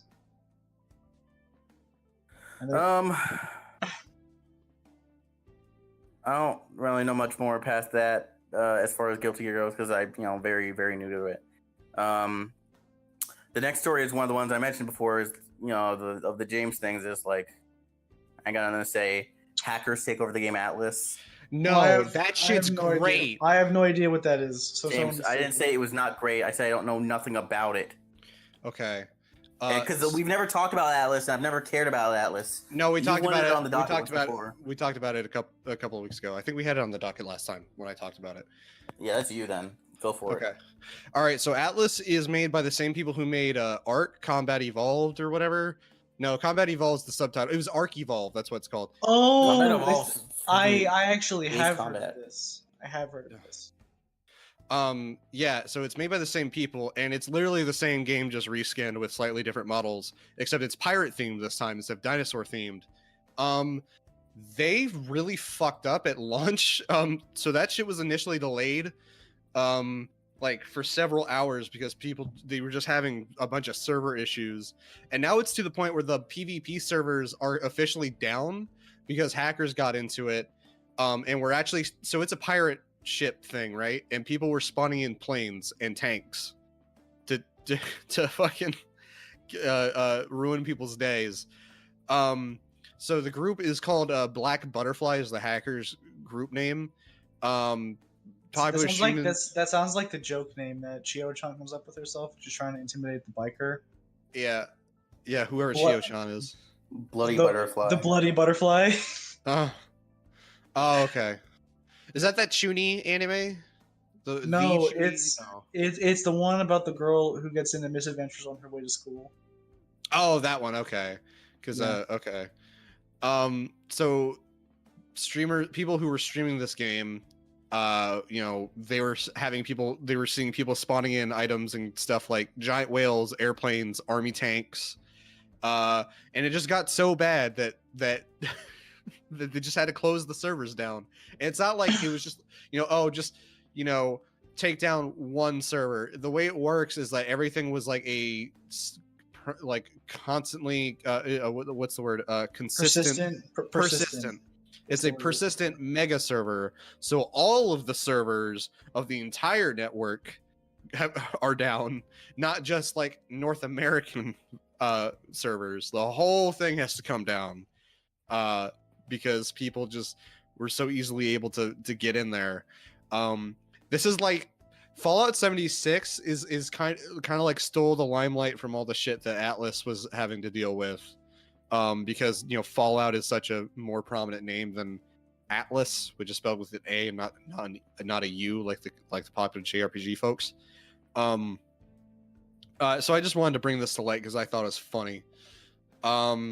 So what did we talk about while I was gone? I assume you guys had a bunch of weeb shit. No, we were going down the docket basically. We talked about some shit while we were gone. We talked about everything that went in between that, except for John Wick. No, actually, we didn't get there yet. Because neither of us actually watched the trailer. Because I thought I was like, damn, I've been busy. I didn't even think about watching it. I also didn't watch the trailer. Did we talk about the Guilty Gear 20th anniversary edition coming to Switch? Yeah, we did do that. Skylar had plenty to say. We also talked about how the PS4 version doesn't have plus R on it. Damn. What we didn't talk about was the Waifucast, because I wanted to wait for you to be here. We did do the vote for Yukari, like I said we would do. I heard that part. Viable. Well, you're still wrong, but okay. The two people who played and beat the game are wrong versus the person who... We're wrong. Yes. Commonly held opinion about Yukari is wrong. Yes. Commonly held opinion is wrong. Tell me 3 things about her storyline, James. Her parents are dead. Are anyone's parents alive in? Days? Akihiko's and Junpei's parents should be fine. They should be. That's a secret Q2 storyline. Is that my parents are also dead. They ate too All much the- protein. All I ate them for protein. my parents were killed by a rogue baseball, so I play baseball now, so I can hit baseballs with my baseball bat as revenge. He wants to be a baseball, so that he can avenge his parents' death. No, he wants to be a baseball player so he can hit. No, baseballs. that's it. He wants to be a baseball. He He, got it right wa- the first time. he wants to be a baseball. Junpei, precious baseball. Her parents are dead. It has to do with the shit Mitsuru's family did, and some of the Give me stuff. some details. Mitsuru's family. I think it was specifically her dad's company because that's the guy who owns the Brandon, company, right? You're supposed to. Well, her dad's what? Her dad. Isn't her dad that owns the company, or is it just like a family business? You tell me. I don't think I ever got to that part where it explains the details of her family. You gotta tell me family's something company. to make me believe you know anything about her to have a valid opinion. Okay, well, the incident that occurred that kills the P3 main characters, parents, it was caused directly by experiments that Mitsuru's family's company was doing underground. I think it was an underground explosion, right? I think. What does that have to do with Yukari? What? Because I think Yukari's family died in a train accident or some shit. I think Skylar said something to me at You're some getting some point. things mixed up. You're getting some things significantly mixed up. It's fine. Moving on. Where are we at? We're talking about Rise. We're talking about Rise. What the fuck is her last name? Rise, non-viable. All idols are whores. Kujikawa. Rise Kujikawa. Yeah. Non-viable. I think James is a bad person for saying this Bad. because it's literally the point of her arc is What? fucking. It sucks to be an idol. Actually, I I want to don't- hear James's who is she, James? Tell us about Rise. Yeah, that's right. You never played Persona 4. Tell me why she's bad. She's a bad explicitly because she's an idol. I don't care what kind of idol she is. I don't care if she's a model or a humorous. groupier Tell or me. whatever. I don't know tell shit me- about Rise. I don't know shit about Rise. I just have to perpetuate the meme that all idols are bad people. Well, I think that you're a bad person. Well, Same. Skylar, you look at lolly hentai, so I don't know what to That's tell not you. true at all. You can't just say that about me in public. That's illegal in some states. I love how Skylar said that it's not true at all, as if he's looking around the room, to make sure nobody heard that. Well, It's not true. I'm gonna take you to court. You're slandering my name in public. This is the whole thing, James. The impeccable Wallace name. Yeah, my name is impeccable. Impec- What's wrong with my name, James? Now what are you saying about me, huh? Ugh. It has the word wall in it, like Wally. Well, I thought you were gonna get political for a second there. So did I. wait. No, I didn't All right, moving on. Yeah, Rise. Fantastic character. One of the best Yeah, girls in that Rise game. is one of my favorites. If Naoto and Chie didn't exist, I would have gone for Rise. My only problem with Rise has nothing to do with her. It has to do with her S-Link and how it's guilted me as a human being. It's literally idols. no, because no, it's not that. It's okay. So every Persona S-Link with girl has the moment. He doesn't. where it's- Every Right. S-Link with girl. Every S-Link with girl has a moment that you get to where it's you make the decision: do you want to enter a relationship with this character? And there's I know that. always varying. Also, Claude, I do know that because I immediately went out of my way to romance the sports club manager in P3. You didn't get that far into P3. Actually, no. P3 is the one that confused me the most about you because every time you tell me about how far you get, it's slightly further in the game. And then also the way that it works in P3 is you're not asked. If you max out an S-Link in that game, it's like you did it. I thought with girls it's still S. I distinctly remember a Nah, it starts conversation in with P4. her. Yeah. Oh, weird. Well, I distinctly remember that romancing one is her. weird because it's you're explicitly punished for cheating in that game. Yes, But yes, you also that's what I love. But you also can't refuse. It's really weird. You just have to act. You just have to reach a point where you're just no longer talking. I no to that longer person. can talk to this person. Yeah. Does that make every P3 relationship like technically yandere? Because she just makes you stop talking to certain people. Well, no, she doesn't make you stop talking. It's just like, what was it? Your link with them would go down. I don't remember. Yeah, you would. You will actively you could be unable. revert the S link. Yeah, and it would go down a level. And there will be a point where you actually will not be able to continue it for a little bit. You have to actually like. Yes, that's not yandere. That's just like I'm done with your shit. No, not like literally yandere, but more in like the game mechanics have a yandere-esque way of where they will just act like, no, you can't talk to this person anymore. I know what James is saying. You're in love with her. Yeah, you view that. Yeah, the game is telling you, don't talk to other girls. The game is yandere. I don't believe that's yandere, but sure, we'll go with that. There's no one out there actually trying to harm anyone. That's a big thing. Well, yandere can just be as simple as just being obsessive. No, it is violent. Pretty specific. It is the implication of violence. Oh, there's violence in it? No. I mean, like with yandere, it's the implication of violence is important. Anyway, this is a fucking tangent again. Stop this, you piece of shit. I'm saying the thing with Rise is that with hers, it's one of the ones that make you feel bad for rejecting her, and it's actually the worst one in all of Persona that I can think of, because not only is she one of the only characters in the game that explicitly likes you before you finish, her S-Link, but also the way that the scene is literally she's having like a thing, she had a bad day, and you're literally outside in the rain. And she is sobbing in the rain in the middle of the street. And the decision of whether or not to enter the relationship is, do you give her a hug or not? It's like, are you a good friend? Yeah. Yes or no? But by the way, if you're a good friend, then fuck you.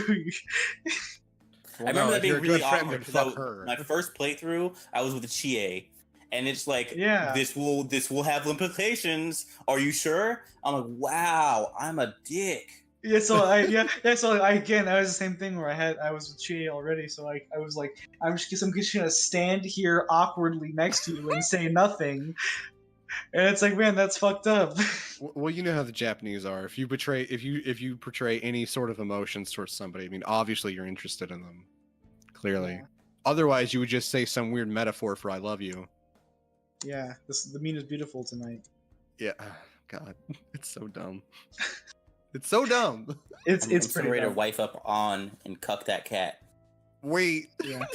Wait. That's been one of my driving motivations for my second playthrough. Is to cuck the cat? Fuck the cat. Yeah, cuck the cat. Cuck the cat. Assert dominance. Come on the cat. After fucking on. A cat is fine too. Yes.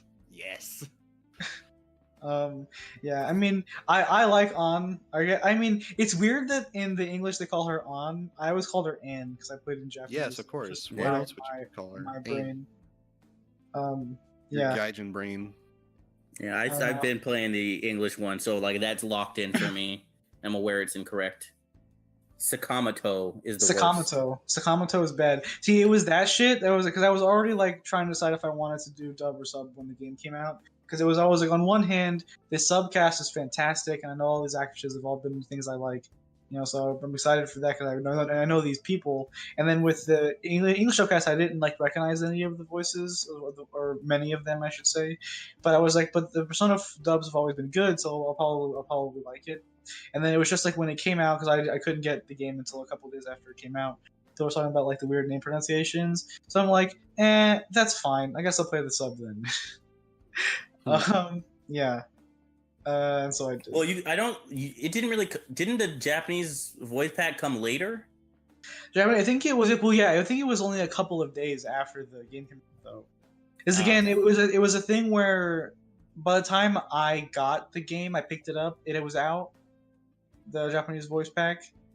And I think I got it like a couple of days after the game came out, maybe a week or so after the game came out. I see. At most. So. Yeah. Anyway, Rise is viable. Unviable. Rise is super viable. Unviable. Yeah, Rise is pretty great, and I think she's a lot of fun. and James is a terrible person. I'm not a terrible person, again. you know. I just understand that all idols are shit, and I will It's say that because it's a thing where in this particular instance, the meme is like the whole point of her character is that people just assume that she's a certain way because she's an idol, and that she hates it and she wants to be Yeah. like a normal person. No, And But so then she you're like, realizes she and- wants to be an idol. Yeah, because she likes being an idol, but she hates. Yeah. She likes being an idol because being an idol's fun, but she also hates that hates the people are like, implication. yeah, she hates the implication, and so you're out here like, what a fucking skank. She's an idol, and I just think it's funny. Yep. I mean, you know, she's having premarital sex. That's pretty skanky. What? No. She is not. No. If she's with you, Narukami, yes. Chad. Absolutely. You think Chad's? You think does Chad's? fuck. Yeah. Confirmed. Therefore, she's having premarital sex. Can There- touch Well, to be fair, you didn't fuck initially by his own volition. He was very, very much coerced into it. Was he? Yes. Who coerced him? A nurse. Oh. that nurse social link. That was my favorite social link. It's really good. It's really good because she's like a What'd you say, James? scumbag. Well, I She's said- like I asked actually if it a was fucking because it was a terrible nurse. person. No. The nurse Well, is yeah, so she's a scumbag at first, and then you find out her deal, and you're like, yeah. I do hope for the best for you. She's still a scumbag though. No, I didn't say that was gone. She never stops being a scumbag, which is why her S-Link is great. She stops at the end. Kind Doesn't of. she leave so she can like start over and actually be good at her job? I don't remember that much about it. I actually forget the end of her S-Link also, but I remember that she was like a scumbag for a really long time.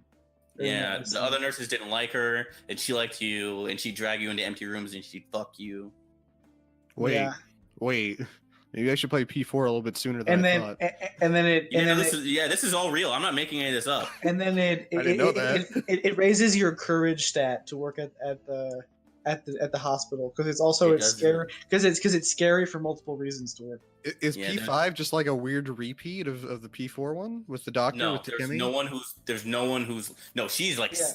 aggressively Takemi- after you, the nurse. Yeah, Oof. because like Takemi is like she has like the playful like light femdom thing going on. Oh. Fucking this nurse is like straight up like predatory. I'm coming for you. I'm coming for this high school kid. Right. Like, Oh, all right. no. So Ty is very much TV anime. I'm like he said, Alright, femdom. alright. Like, yeah. But then you have like the nurse from P4, which is straight up hentai doctor. I think you only get to Damn. by the time you get to rank 3 is when she starts fucking you. You okay? It doesn't take much. It's pretty early. Jesus. Okay. So we've got our waifu cast figured out. Rise is not viable at Which all. is super viable. Also, if you are actually trying to look for her, James, Uh-huh. like if you're trying to like get P4 and like get to that like storyline, you can only get her if you get the part-time job at the hospital. Because Yeah. in P4, Okay. the way that unlike P5, where part-time jobs were like, hey, you go on the days you want to, you are And, locked into a and very raise your specific stats. schedule.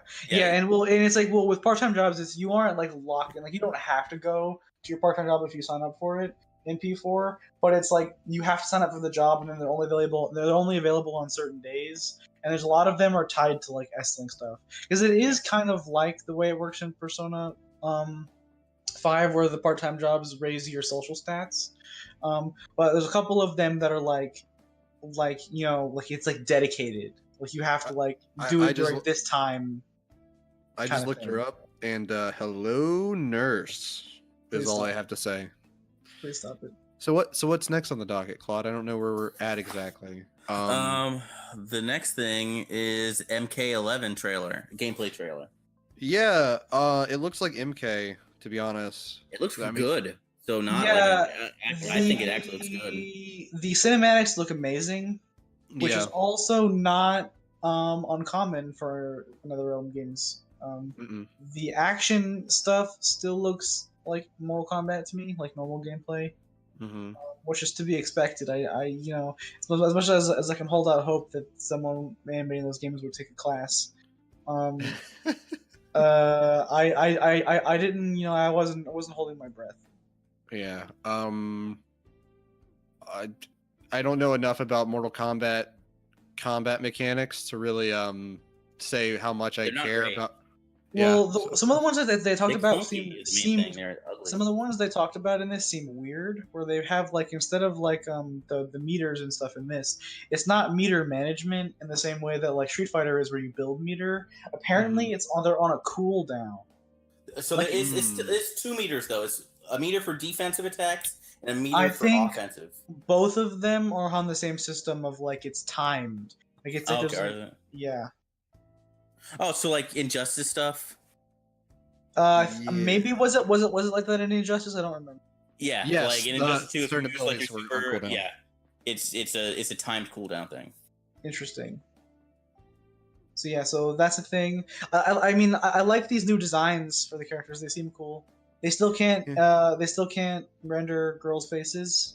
But you know, I guess that's whatever. But they can render brains. It's true, and faces being torn off. Yes. And that's cool. I guess if anything, the new fatalities and stuff are interesting. I appreciate that the screen freezes on the fatalities, so that's your backdrop for all your end of match stuff. Yeah, although if the thing with fatalities is that you never see them ever in tournament. Yeah. No. People will just quit. They'll just quit. Yeah. Because they're too long. Like you've already won, it still take up too much time. Like it's casuals is the only time you'll ever see that. Yeah. Or like I mean, finals, yeah, maybe. these new designs are cool. Like, you know, I mean, that's all I got to say about it. I'm not the biggest MK fan. I've liked some of the aesthetic decisions they went for with MK10 and MK this one 11. And the story mode should be fun, I guess, because those are always, you know, a thing. But other than that, I don't have strong feelings because, you know, I don't like NetherRealm schemes that much, to be honest. Me neither. I heard somebody say that the animations look nicer, that people's feet were actually coming off the ground. I didn't That really seems- notice that, but I guess that's good. I didn't see that much of it, so that's cool that if that's the case. Are they still like leaning over the fence to punch though? I forgot. Because that was what always got me, was that when they would punch, they would Especially like with Dark lean Side. forward. Well, my brain always goes to like Scorpion, where he punches. Oh, yeah. Kinda leans in. And there might as well be like a guard railing in front of his legs, so it's like Yeah. he's punching over like a fence. He throws the James punch. Yeah, Yeah. classic James. Always punching over fences. You know how it is. I Skylar, have you ever hate- punched over a fence? Or are you I've not tall enough? I've never Wow. punched over a fence. What is that? I'm not even that you aren't even that much taller than me. But I'm still taller than you. And therefore... okay. So, I guess the next thing is... was that a segue? I thought that was supposed to be a segue. No! But then it No, was. that was just... No, that was it. I guess the next thing is... Claude wanted to shout out a project on Kickstarter. How do you Tunche. pronounce... Tunche? Is that how it's pronounced? Tunche. Tunche. He's at least if it's not, that's how it's pronounced now. Tunche. We've People decided check out Tunche. So this is a game being made by a development team in Peru. I Mhm. heard. Why don't you tell us about this, Claude? Okay, Since you're it's the one a who wanted it. it's a roguelite brawler, beat 'em up, whatever you want to call it specifically. It's all hand drawn animations. It looks gorgeous. What is it? Let me actually go back to it. I was looking at something else for something we're gonna talk about in the future. Tunche. Look that up on Kickstarter, and you're welcome. The game looks gorgeous. It still has 25 days before it's out. It has about or half before its funding goal at the moment. Yeah, it's at half. I really, really, really want this to make it. My only thing about this is that, like, for that type of game, 1 second. I feel like the amount of money they are asking for is kind of low. 35 grand? Don't worry about it. It was Skylar. So it's 35 grand, I see. Yeah, but I feel like a game like that would cost way more. But I mean, because I have heard plenty of stories of people on Kickstarter who like made a game and like their initial goals for what they wanted was way less than what they needed. I mean, that's possible. It kind of just depends on how they're doing, like the roguelike elements of it, like world design and stuff. If Yeah. what I can imagine that they're gonna do is that tile sets will be different, but everything's gonna be like tile sets are gonna be like pretty set as far as what you're seeing. So maybe you'll have something in the jungle and something in like a maybe I don't know what exactly the world's gonna look like outside of just the Amazon rainforest. But like you'll essentially have set backdrops because it's all 2D animated and stuff, and then like your enemies are going to be kind of randomized and your bosses and stuff. So it seems like it might be something like Sundered, which was the I did roguelite not thing touch that I didn't touch it either. It was a roguelite thing that I guess actually maybe a better example is Dead Cells, because Sundered was like for like you had your tile sets. But the gimmick was that you got to keep your upgrades. If you got an upgrade, it was like a Metroidvania. Or if you found your upgrade in the overworld, it was just yours now. Mm-hmm. And then also there was like a persistent skill tree. I'm not sure how this game is handling that kind of stuff, but from what I looked at, it seemed like that was kind of how it was handling it too. Which is cool. I'm a fan of that. As an idea, because roguelite like start everything over shit in my brain. It's like I don't know. I always like lose motivation when I die after the first time. Yeah, it definitely the game's definitely going to need to have like a really good sense of forward progression even when you're having to start over. Yeah, that's a big issue with roguelikes. I think Dead Cells has it really good. Where it also does. I agree. For those who don't haven't played Dead Cells, the game has a thing where after you complete a level, you have a merchant that has a set number, like has a set list of upgrades that you can work towards, and you get these like cells. They're called cells. As you Dead Cells. Shut up. As you fight enemies and you beat a boss or whatever, you'll gain cells throughout a whole level, and you can put after the end of that level, you can put all those cells into all these upgrades, and those include things like how many health vials you get. How much they heal for, different weapons that you'll drop, and all that other stuff. And it has a good idea of makes you feel like, oh, okay, I'm getting better even though I'm failing. And stuff. And so obviously there are people that really like the classic roguelike feeling of like this is my run. I'm gonna do well in my run kind of thing. Personally, for me, I'm a big fan of like the actual persistent progression. Even within that kind of like roguelike, thing of whatever you basically like, having the randomized run. Yeah, that's why it's called a part of it. That's why you have different things. You have roguelike and roguelite. So Dead Cells is more of a roguelite because it's not like a permadeath, and because you have that forward progression and it's not entirely randomized. And that's then what you have Binding of Isaac is like a classic roguelike. It's yeah. Well, I mean, kind of, because there are characters in it, and that's like and that's the progression in that game is unlocking new characters. Yeah. But it's still like you still have. It's closer to a roguelike than actual than Dead Cells or anything. Yeah. Because Rogue is very, very, very. I feel like Rogue is very different from what most roguelikes are now. Yeah, and I think that's because of like how antiquated Rogue actually is now by now. Rogue is pretty old. Yeah, it doesn't. So for those who don't know, like the origins of the roguelike genre, Rogue is an old game that it used ASCII as its interface. So you had a symbol that represented your character, certain symbols that represented different monsters, and then the map that you were exploring was dashes and lines, and that was it.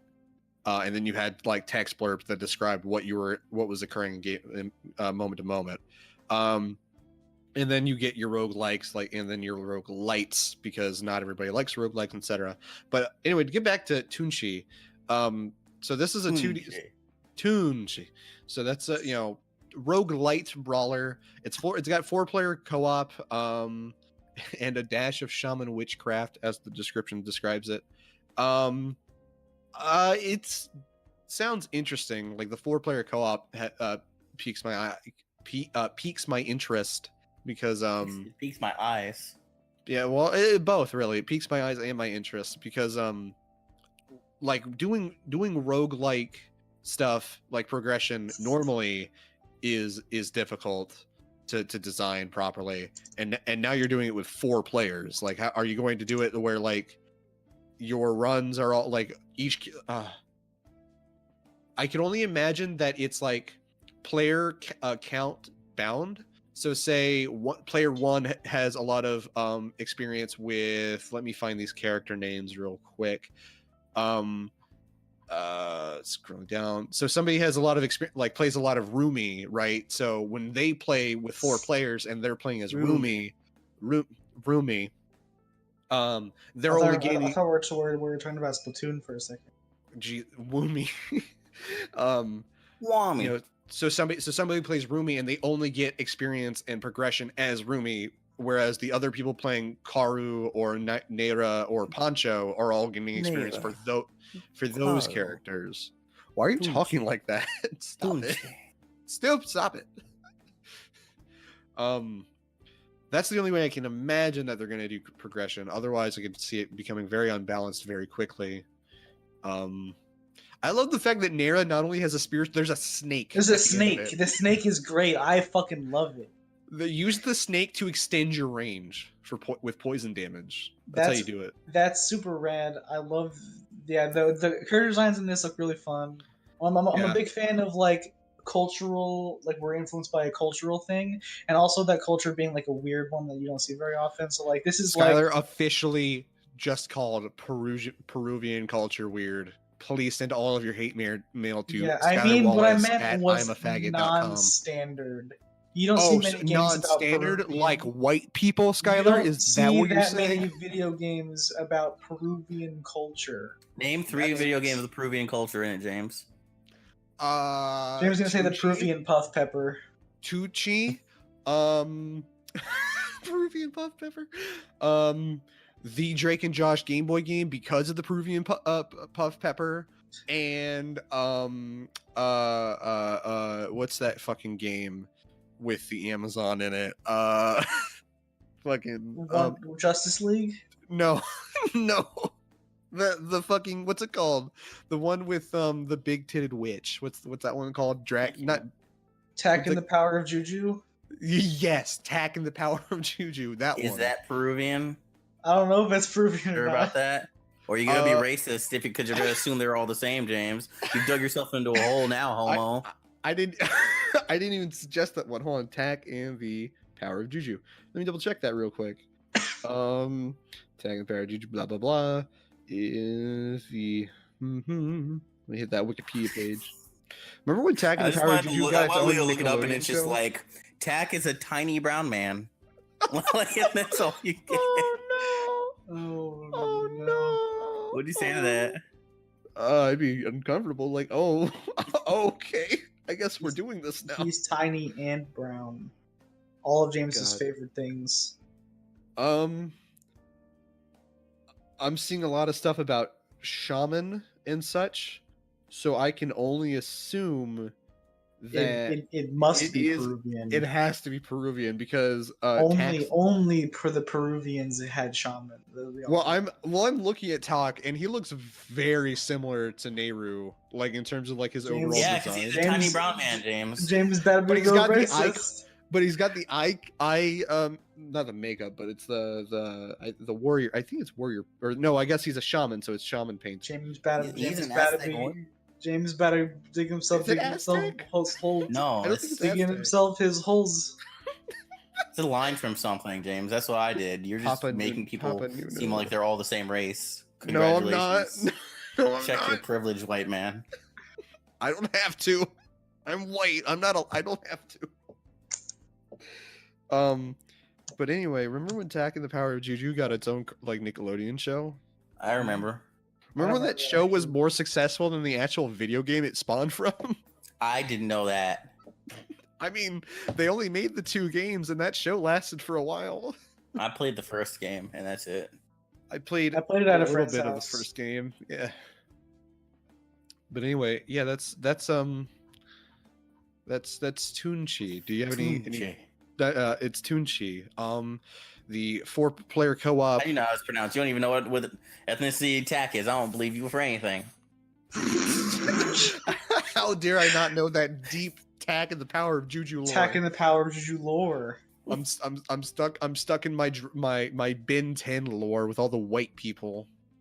You got me. You fucking caught me, Claude. How much do you know about Ben 10? I don't want to go into it at all. I'm curious. I know. All he's seen is all of the incest porn. No. Yeah, that fits his character. No, it's not even true. I know. It's not even true. I know. Up until we get to like Omniverse, which was the new reboot of like the original Ben 10 series. You kept up with it for that long? Jesus. Well, I kept up with it until Ben 10, where he's like a teenager and voiced by Yuri Lowenthal. Like Alien That was Force like the second or some season, shit? wasn't it? Well, it was the second series, but Because there was one that was originally Ben 10, and then there was the one where Ben 10 Alien was, Force, I believe, is what. Was that the one where like Kevin 11 was with them? Yes. Yeah, Kevin 11 was. It's a fucking terrible name. That sentence fucking.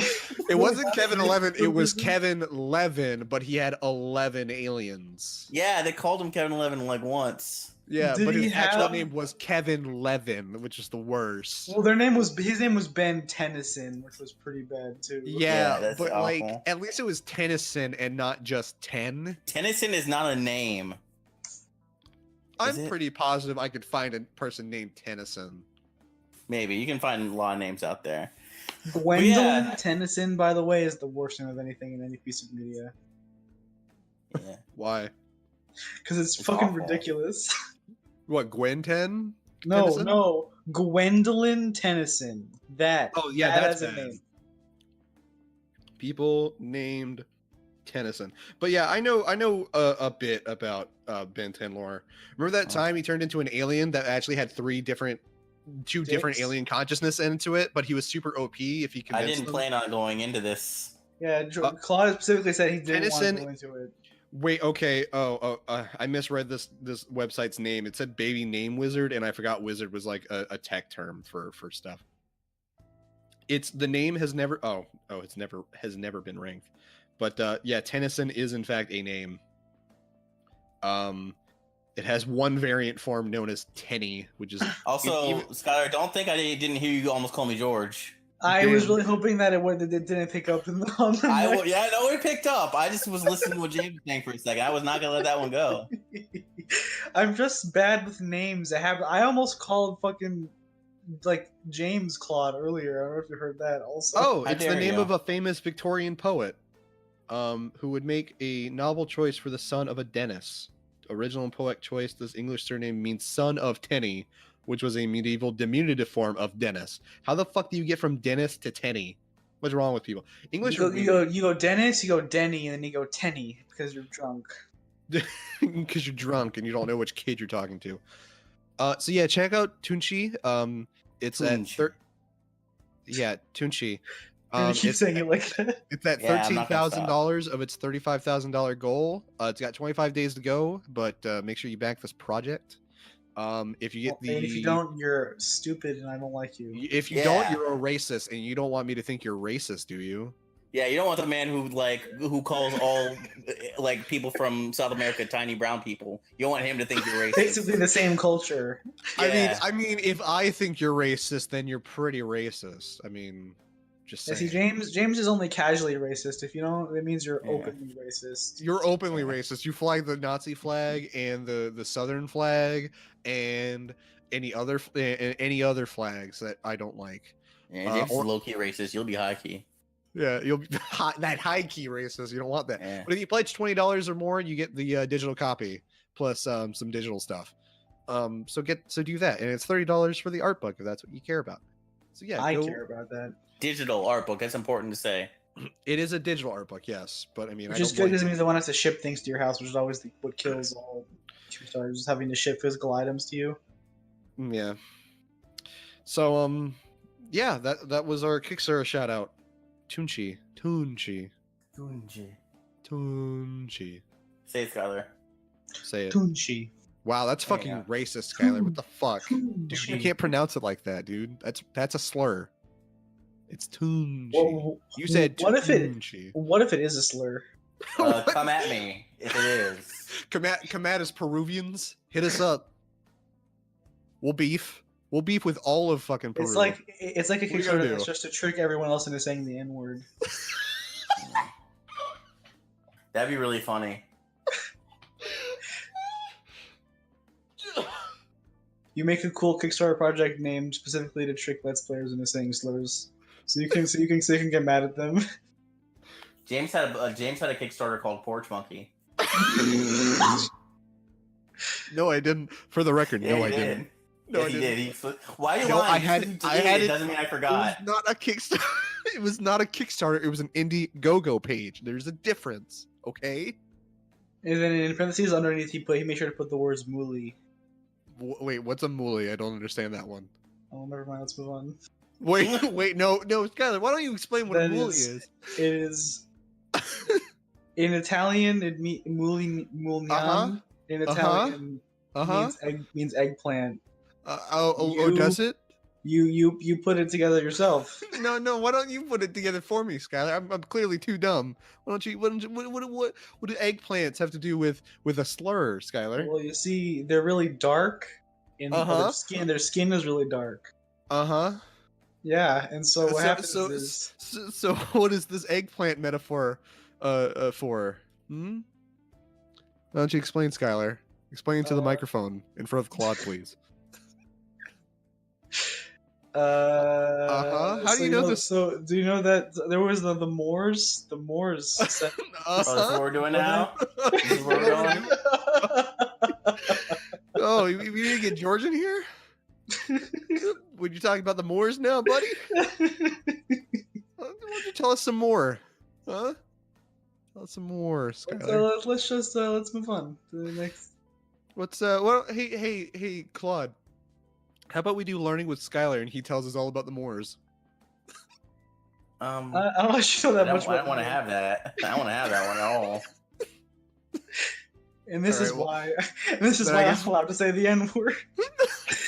Not how that works, Skylar. I don't think Claude would let you. I mean, I can't Well- stop him now. I'd have to wait till I see him again. I know, but like if you saw him again, like you show him what's Please up, what's listen to my what, TED talk. on why So- the Italians can say the N-word. So I'll take you guys. Only Sicilians. Ugh. So I'll take your guys' opinions on this, but because of all the tangents, I am willing to skip learning with James this week. Okay. I think that's fine. I think James has been learning a lot lately. Yeah. So that's fine. James learned it's not okay to call people from Peru tiny brown people. Yeah, I learned that. I didn't know that already You offhand. didn't. You said it Clearly aggressively. not. I've seen the hate in your heart. Do we name this podcast "Tiny Brown People" and you, or like it's Oh, an old, God, that might- it's an old educational? I've been taking notes down for anything I feel like might be a decent one. The only thing that has brown man is Tack is a tiny brown man. If you have any other suggestions, Attacking the power of Oh. brown people. we're not gonna workshop podcast styles now. It's always natural. I just take notes when we're done talking. Okay, so we're gonna skip learning with James. We're gonna move right on to James's weird news. And like I mentioned before, I heard about this weird news. This weird news happened earlier today. Well, on Tiny the brown 16th. people have them marching up and are stopped at a wall. No, this is a white Gamers person. Rise up. No, this is a white man, and it's specifically a Florida man. So hold tight. So you Florida guys man have caught eating behind dumpsters for YouTube. found with a knot in his chest. Not in his butt. In my chest. So you Straight guys- nodding. Yeah, street nodding, pocket sand. Street nodding. Good Anyway, lord. so you guys have heard the phrase "killing with kindness," right? Killing with kindness. Yes. Yeah. So this 30-year-old Brian Dwayne Stewart decided to take that quite literally when he was banging and yelling on on a man's like front door on Wednesday, saying he was going to kill him with kindness. And what it turns out was that it was actually a machete that he had personally named Kindness. Jesus fucking Christ. So yeah, he was holding a machete at a guy's front door, banging on it, telling him, "I'm going to kill you with kindness." This dude is a meme. He's memeing it up. Yeah, and what's great is like the guy, the guy whose house was being banged on, didn't understand what was even going on and was just trying to go to sleep. Stewart had a strong odor of alcohol on his breath, as well as bloodshot and watery eyes.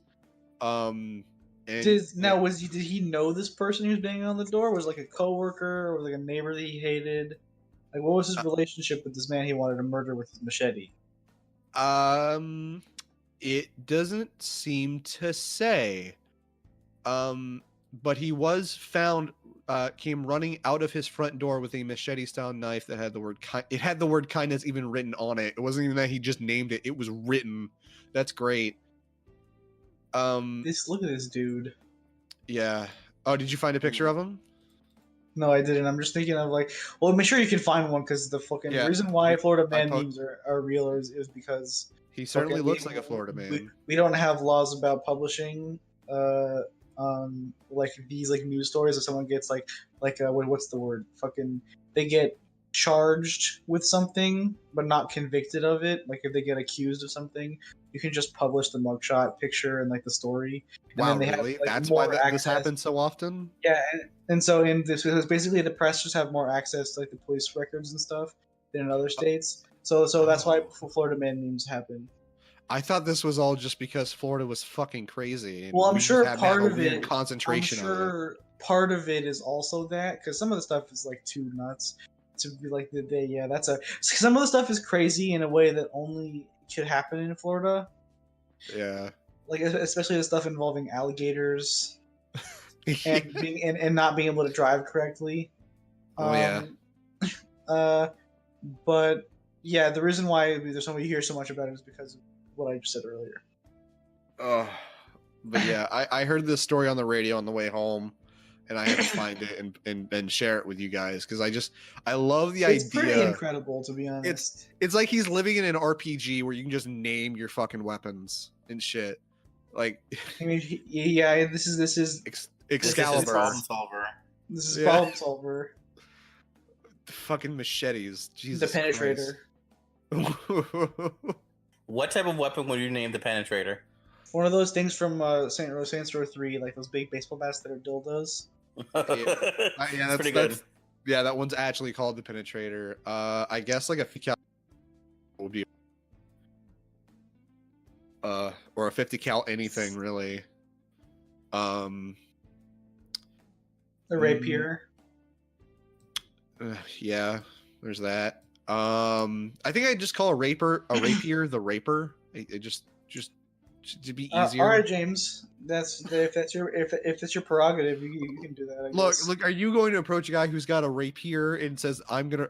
This is the. I'm gonna rape you. I'm gonna rape you. You gonna approach that man? I don't care what anyone's holding. If it says I'm gonna rape me, then I'm just gonna kindly back away. So like, well, I'm calling the police. Goodbye.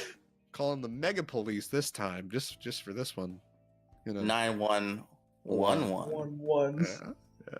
Mega police. That fucking killed me when I saw that earlier. It was just like a giant Nikon phone, wasn't it? Yeah. Well, yeah. You just add the extra one. That's it. I'm stupid. Calling the mega police. Oh God.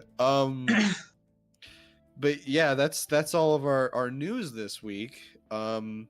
I guess now we'll just move on to our big discuss. We're talking about Dragon Ball Z, and Dragon Ball in general. But, Dragon Ball. Are we talking about anything before Z? If you want to talk about Dragon Ball, sure. But I just said Z because I don't remember a lot of Dragon Ball, to be honest, which is why I asked that. Oh, that's fine. James was going to be on the Persona Waifucast, despite the fact that he hasn't really played much of it. Yeah. Yeah. Well, all right, cool. We can begin anywhere since this is not Remember like that? we're going. Remember that time when Goku used his feet to use a Kamehameha? You guys ever think about how Goku had a Yeah. brother that appeared for 12 seconds and then died instantly and was never mentioned ever again? He was a massive jobber. I remember I had a conversation with one of my friends like years ago where it was like, yo, I was like, man, you know what I'd find cool? I usually hate this when it's like, oh, this character has an older brother.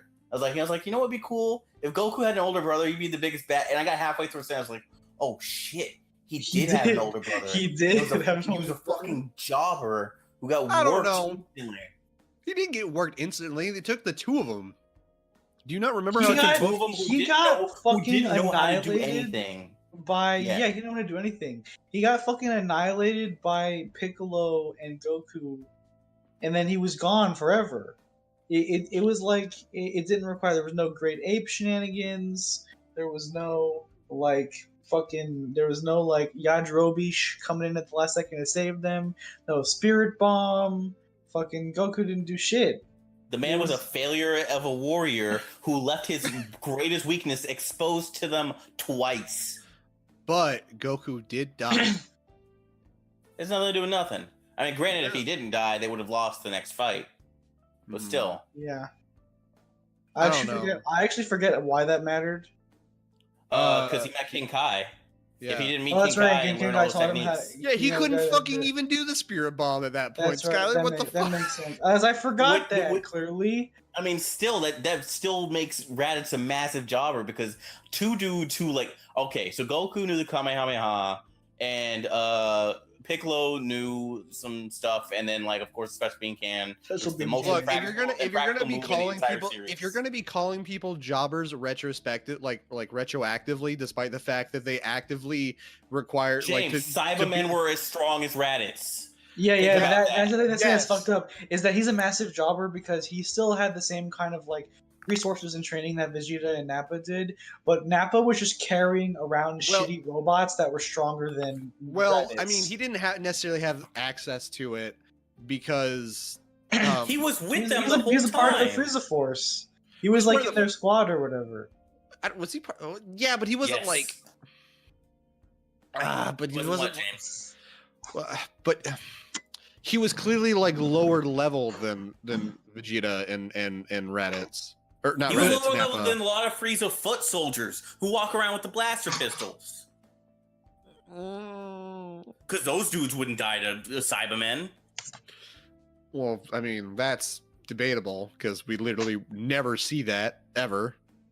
Cybermen were like the biggest punks. Period. Krillin Look. killed like 5 of them in one shot. The only reason they got Yamcha was because Yamcha was like, okay, I beat this thing super easy. Let's take on the rest of them. And when he wasn't looking, it latched onto him. That's the only reason Yamcha died. Yeah, Yamcha because he's a fucking idiot. Like, it had nothing to do with Yamcha's strength. It's just he wasn't paying attention. And he was blown up. But then what's that say about Goku and Piccolo at that time? That they were weak. Damn. Yeah, and They then were got- super weak. Yeah, Yamcha technically stronger than Goku at that exact Not even moment. no, okay. So Yamcha trained at with with Roshi at Kame Boba. House, right? That was no, what he that wasn't was? at Roshi. He was Popo. on the tower with Popo. Yeah, with and they Popo. went into That's like right. the not hyperbolic time chamber into the area where it's like we can just show you the past. And they fought like the data they had on Saiyans. They just fought them over and over again until they got strong. So no, Yamcha was not stronger than Goku at that time because they trained for like a year. Well, yeah, but I mean, I meant like I So like the being idea of stop- somehow. I like the idea of just like Yamcha when fighting the Cybermen was as strong as Goku when he was fighting Raditz. He was stronger than Goku when he was fighting Raditz by a significant margin. Well, yeah, because Goku if could not Yamcha hurt was able to, Raditz. because if Yamcha was able to solo a Cyberman and Cyberman equaled Raditz. Now that's weird. That's weird to me to Yeah. think. Because Raditz was a punk, and you will never convince me otherwise. Okay, But Raditz was still important to the story of DBZ in the sense that he introduced this entire universe of stuff that was going on that we were just never aware of because writing. So I appreciate Raditz for that, at least. His reason for coming as late as he did was fine, though. Yeah. Do you remember it? I mean, this is not like testing anyone's knowledge. I'm just saying, do you guys remember why Raditz came when he came? Raditz came to just I think he wasn't checking up on Goku, but I think he came to investigate what was going on with Goku because Goku should have been. Yeah, that was your idea. Do you know why, Skylar? I don't remember actually. No. Sweet. So his rationale was like, he was like, hey, there was another planet that we wanted to conquer, but we may need some help. And I was aware that we sent you off here forever ago, or that you were sent here forever ago. So I just came to pick you up to help us out. Why is this planet not conquered? What's going on here? That was actually the reason for everything. Oh, that's right. Yes, he thought. Yeah. I remember that. Okay, that makes sense.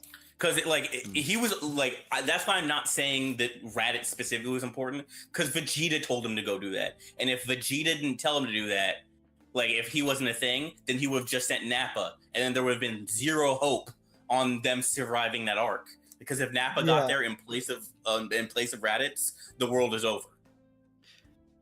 I wonder what other planet they were going to conquer. Let's have little baby Gon solar system. Fight Meruem. They never said it was in that solar system. Well, no, I guess not. But I mean, it's just like we need another person. Hey, I have a brother. There's another Saiyan. The four of us going Great Ape could easily take over the planet. God, Goku going Great Ape. That's He scary. had his tail cut off already. The idea that he would need. They didn't know that.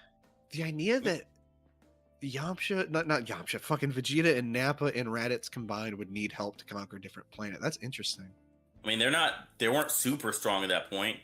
Well, no, but it's like, what planet could, I mean, obviously we don't know, but like, what planet could they have been going to where they thought they would need help is interesting to me. I've never like Vegeta at that point in time would get his ass kicked if him, Raditz, and Nappa all went to Namek.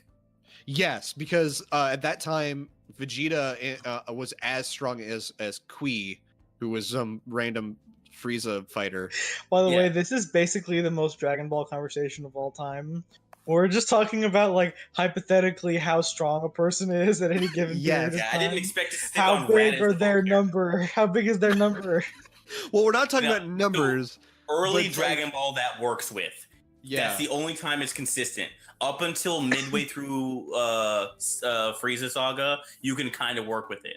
But past there, it's like, okay, who beat who? That's our only bar for like where they are strength-wise. I'd say up until Zarbon transforms is when it is when it gets a little muddy.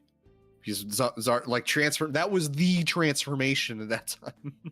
It's like, oh shit, people can transform into higher power levels? What the fuck is that? Oh like, shit, Great Ape hasn't existed forever? Well, I mean, Great Ape, but like that's a transformation still. Yeah, it's a transformation, but it's not the same kind of transformation. It's not. You get significantly stronger on top of your size. But that's not the same kind of transformation, Claude, because one, Great Ape isn't something that you can just do like Zarbon and Frieza could do. That was something Vegeta just did. Like, he's like, all right, let me just throw this in the sky. Yes, after he had to make a fake moon. Which he could easily do. He showed he could easily do it. But it's not but that's not the same as just having a raw power increase from a transformation. Like it's so when you say just do you mean turn on and off versus like I can do it if I want to? Because I'm guessing that's the fundamental point we're disagreeing on. And if that's the case, then that's not even an argument. Because I thought you were just saying what you could do. No, just turning it on and on, off and on. Zarbon was the like key signifier of when transformations in the styles of this isn't even my final form. Like that was the instigator of Zarbon can do that. That was his final form. Well, it was Zarbon's final form. I know what you're talking about though. Yeah, like that was when it started like, oh, that's a thing, and then that's when Vegeta starts talking about being a Super Saiyan. And then that's when that's when we get Frieza, the fight with there's the Ginyu fight first, but then we get the fight with Frieza, and he's transforming and stuff, and then it culminates all into Goku. But yeah, obviously the Uzaru transformation happened before. It was just, it's like different in a sense because it's, but yeah, as far as like power levels, it's pretty easy to follow up, I'd say, until that point. Pretty much. Technically, it could be even earlier. It could be to the point exactly where Vegeta just destroys his scouter because he realizes that trying to measure Goku's power level wouldn't actually work because he's got the Kaioken and shit, and he's like, oh well, he's clearly like hiding it. So 9,000. Yeah. Apparently in the manga, it never goes over 10, and it's only in the anime where it goes times 20, and times. Oh, you mean the Kaioken? I think meant his power level. No, Kaioken. I was like, 10 is like the power level of that farmer that Raditz killed. No. Oh god, could you imagine if Farmer with a shotgun just trained for like a year? Yeah, he'd be a regular stronger dude. Stronger than Raditz. Stronger than Raditz. It's not hard to do. Well, yeah, just shoot him in the knee. It'll probably work, maybe. He tried shooting him. Yeah, well, he didn't. Well, yeah, but Raditz was wearing armor. You got to shoot Raditz in the knee or something. No, he caught the bullets and they flicked him back. Oh shit! Fuck. Poor Farmer. I hope he came back with the Dragon Balls. No, he. Oh, no, he did not. Well. Well, maybe. The wish was to wish back everyone killed by the Saiyans, I believe, if they even wished that. No, just wish for a friend. Wait, they wish the people. What? Oh man, I'm trying to remember. Did they make? Because Nappa destroys a whole city. Yeah, he does. And then Vegeta's like, "You idiot! What if a Dragon Ball was here?" You're like, "Sorry, I didn't think about that." I got excited. And later on, Nappa fought all of the Air Force and the Navy. Nappa was cool. He's cool to me, but then in hindsight, he sucks. He's like the only Saiyan after Raditz that doesn't get to be super. And so it's just like, get fucked. Even Bardock was technically a Super Saiyan. Bardock was explicitly that's not canon, though. We'll get that out of here. No, that you can't tell me that's not canon. We don't know that he wasn't sent back in time. Shut up. Pretty sure that's canon. It's super not canon. It was never canon. It was just all we had. Why is it in Fighter Z? Well, Broly wasn't. With all the other characters. Broly in Fighter Z is not canon either. Well, that Broly isn't canon, but Broly is canon. New Broly is canon, and Bardock is Bardock was canon because we knew that Frieza murdered him, along with the entire planet. Yeah. But the whole going back in time thing, the scientist Bardock. These fucking guys. Remember the great scientist Bardock? Who tells him that? Who tells Goku that? Is it? I believe. I can't remember. If I'm remembering it right, which I'm probably not, I believe it's it was either one of two things. It was either Vegeta talking about like the fake moon and the technique made by the scientist Bardock, or it was when Frieza was looking at Goku being like, "Oh, you remind me of that scientist," or whatever. I don't remember which one. I could probably have both of those wrong, but I remember if I had to put my money on it, I'd scientist, say but a mediocre fighter. Who said that? Did you look it up? Yeah, I'll find it. Okay. But I don't know. My money's on the Vegeta one. I think it's Vegeta too. It's super dumb, but I like the idea of Bardock going back in time and being the original Super Saiyan. I hate that so much because it means he fucks the things on that planet. Those weird brilliant scientist. I like you type in brilliant scientist on Google. It's the search results are in wheelchair. Who formulated a model of the universe in the world? Bardock. Jesus. All right. The only results that matter. Yeah. It was Vegeta. It was okay. When was it the scene I was talking about? I'll just send it to you. Yeah, it is. Yes. Okay. Knew it. Okay. I don't know. Oh my god! But it's from the big green dub. What the fuck is Vegeta's voice in this dub? Why does he sound like this? He sounds like Frieza. God, why is it called the Big Green Dub? Because hey, it's Big Green. Oh God, that's where fucking Team 4-Star gets Little Green. Yeah. I thought that was like original shit. Yeah, but that was what they called Piccolo.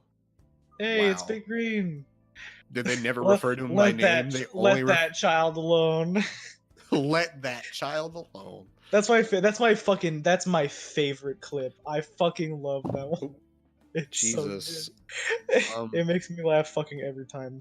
Also, I love because the other one, the other amazing Piccolo clip, this is great, I can win. That one. Yeah. That's from the Funimation dub, which is amazing. I feel amazing. Yes. This is great. I can win. Yeah, it's pretty good. It's really great. I remember Dragon Ball was like one of the first series that made me not stay after like, say at the end be like next episode shit because it's a fucking spoiler every time. It was the greatest spoilers. Frieza I remember watching defeated. it. Yeah, that was the one that because I was watching it week by week when I was a kid with my dad. I don't remember him being there for that because I remember being mad by myself. I think he had to work late that day, whatever. Anyway, I remember watching it. I was like, this is so cool. It's like, will Goku defeat Frieza in the next episode? Find out on the next episode of Dragon Ball Z. And then it's just like, but Frieza defeated. I'm like, wow. Wow. And I I remember just steaming in my room, being like, I'm never gonna watch ever it again. Ever again. Super, super mad because it was and then not. You went back next week because you were a child. I never watched it at the end ever again. I thought you legitimately would stopped. Never watched the show ever again. And I was like, oh no, I was gonna watch the show. I was just never gonna watch will this person beat that person? Will we spoil the next episode? Find out in the next 6 seconds. Yes, that's just the episode title. Yes, as an answer to the first question. Now I don't care because I watch Dragon Ball now because it's nostalgic and it's dumb, but it's a type of dumb you can still have fun with. But I don't have any weight behind anything. If Nappa went Super Saiyan, would he grow a beard or would he just have a yellow mustache? He'd have a gold mustache and green eyes. Okay. He'd look like Stone Cold. Yeah. Okay. But if he went Super Saiyan 3, he'd grow a beard. Stone Cold have what was his hair color like? But when he was younger, it was brown, wasn't it? I only saw him as bald, so I don't know. So the Cell arc is the best arc, I think, right? The Cell Saga, yeah, I agree. Saiyan Saga. That's fair. Yeah, we did have a talk about that being like the best written arc. I remember us having that conversation. I enjoy that the most because there's nothing that's like stupid in that arc. But that arc doesn't have. It doesn't have Super Future Saiyan Trunks 2. in it, though. It doesn't have Future Trunks. But That's everything fine. about Super Trunks is stupid, like inherently. Future Trunks? No, Future Trunks is great. Shut No, up. Future Trunks, like Plague had the whole video on how stupid Future Trunks actually is. No, Future Trunks as a character is not stupid. No, yeah, The Plague's timeline video is about the stupid. timeline shit that's in Super is bad. But Future Trunks itself is great. Yeah, It's Future fine. Trunks is so cool. You know, Also- Future also yeah, the- Future Trunks is a Also, character. the Future Trunks with movie is the concepts. best Dragon Ball movie. Which one? I couldn't hear you. The Future Trunks movie is the one with the best story. Not anymore. What? No, Broly movie doesn't have a story. Shut up. Yes, it does. Broly has a story now. I guess. I do. Oh no, never mind. I want to hear it on my own. But What was it going to be? I'm curious. At least it was gonna be about the "I am Devil" line. Oh, you're wondering if that's still there? I mean, I know it should still be there. That's what they said. I mean, I'm not going to answer that. I mean, that's what Unless they you want to said. answer. Maybe they lied to you. I feel like that'd be really weird that they'd lie to me. You want me to tell you if they lied to you? Tell me if they lied to me. Tell me if they lied to me, but nothing else. They lied to you. That's fucked up. Is there at least a cool line like that? Like No. equivalent? Once he gets into fight mode, I don't think he has a line of dialogue. There's no Just- power is maximum either. No, he doesn't talk. He gets really mad and he doesn't talk. He screams really That's loud. bullshit. I was lied to. I'm not seeing this movie. But what about the soundtrack that lets you What know that about Broly this? The is soundtrack is great Broly. because it's like, Bro. yeah, Go Broly, go Broly, go Broly, Go go. Broly, go Broly, go, go Broly, go Broly, go. The fucking Vanilla I Ice. was fucking cracking up in the theater. Then you get like, go, Cheetah. Go, Cheetah. It was killing me. I was laughing so hard. It was a lot of fun. But no, yeah, my favorite saga is Saiyan Saga, and Yeah. I agree feel that like it that is- Cell Saga's great. Cell Saga I like, but it has some stuff in there that I'm like, boy, that took up a lot of time, or boy, Yeah. I'm not as big a fan of this. I remember being super confused by the timeline stuff when I was younger, and I am 29 and I'm still confused by the timeline stuff. It's almost like Toriyama didn't really think a lot about the timeline stuff and just assumed all the children that read his manga would just go with it. It really just It kind of falls more so onto the because the time travel stuff by itself is only so confusing, but when he kept being told to change up who the villain of the arc was, it threw stuff on, especially because like he was actively writing it and was like, no, these are not going to be the villains, make new ones. We're not going to have an old man and a clown. No, we're not going to have two teenagers. No, this bug is ugly. What are you going to do with it? Okay, I like that. That's Make cool. the bug sexy. make the bug perfect. Do it perfect. Oh, maybe that editor had a weird bug fetish, but he needed like a handsome bug. Yeah, but he really needed to have a big chin and also be voiced by Norio Wakamoto. Yeah, that was an explicit direction to Toriyama. He's like, what? I'm writing this right now. Why are you talking about VAs? Don't worry about it. Just do it. I need this bug man to be perfect. Why are your pants off, editor-san? Look, his Don't name worry is about it. Perfect Cell. Look, he's perfect now. No, he's not perfect can't enough. tell me- Make him glow with lightning. Now he's 100% perfect. Or super perfect. He's achieved beyond perfection. This is a perfect cell. And this is a cell beyond a perfect cell. But you can call it super perfect cell. And this is to just go even further beyond. And then he explodes. Then he gets really fat for a couple of seconds. Yeah, that was the other editor choice. Like, yeah, okay, now you gotta make him. Now he's perfect, right? Maybe Make he him has fat, an make him fat. inflation. Maybe that dude had an inflation fetish. That dude had an You inflation guys fetish. remember how that part worked? Because I'm still baffled by it. He spits out. 17 gets forced out, so he devolves. 18 gets forced out. Yes. Oh, 18. Yeah. Sorry. Yeah, I'm sorry. Fuck 17. You're dead forever. He came back except with a for wish. except for when he comes back. Yeah, he came back with a wish. Yeah. Yeah. So he gets forced out. Cell devolves. He gets mad that he devolved, and he just resorts to, I'm gonna blow everything up like every other Dragon Ball Z protagonist. Yeah, And I'm that's gonna how destroy Goku- the Earth. Yeah, so Right that's now. how that's how Goku dies. Is he says like, all right, well, this is it. Bye, Gohan. You're gonna have to take up the mantle now. And then he teleports them to King Kai's place because he couldn't think of anywhere else. Mm-hmm. And then it explodes. So King Kai dies, and he's never brought back at all, even in Super. Wait, King Kai is still dead? Yes. Yeah, he's still dead. Wait, so Goku just killed King Kai? Yes. Yeah. And King Kai constantly brings up like, Goku, please wish me back. Goku, please. You're getting the Dragon Balls right now. There's a couple of which this is something the movie fucked up. There's a couple of wishes. You guys get 2 wishes now. Bye, King Kai. Can't hear you. Bye. Goku, no. Oh, right, that was the thing right in the Super movie. I was like, wait a second, don't they get multiple Yeah, they get 2 on wishes. Shenron? Not 1, 2, because Dende is their new Kai. Yeah.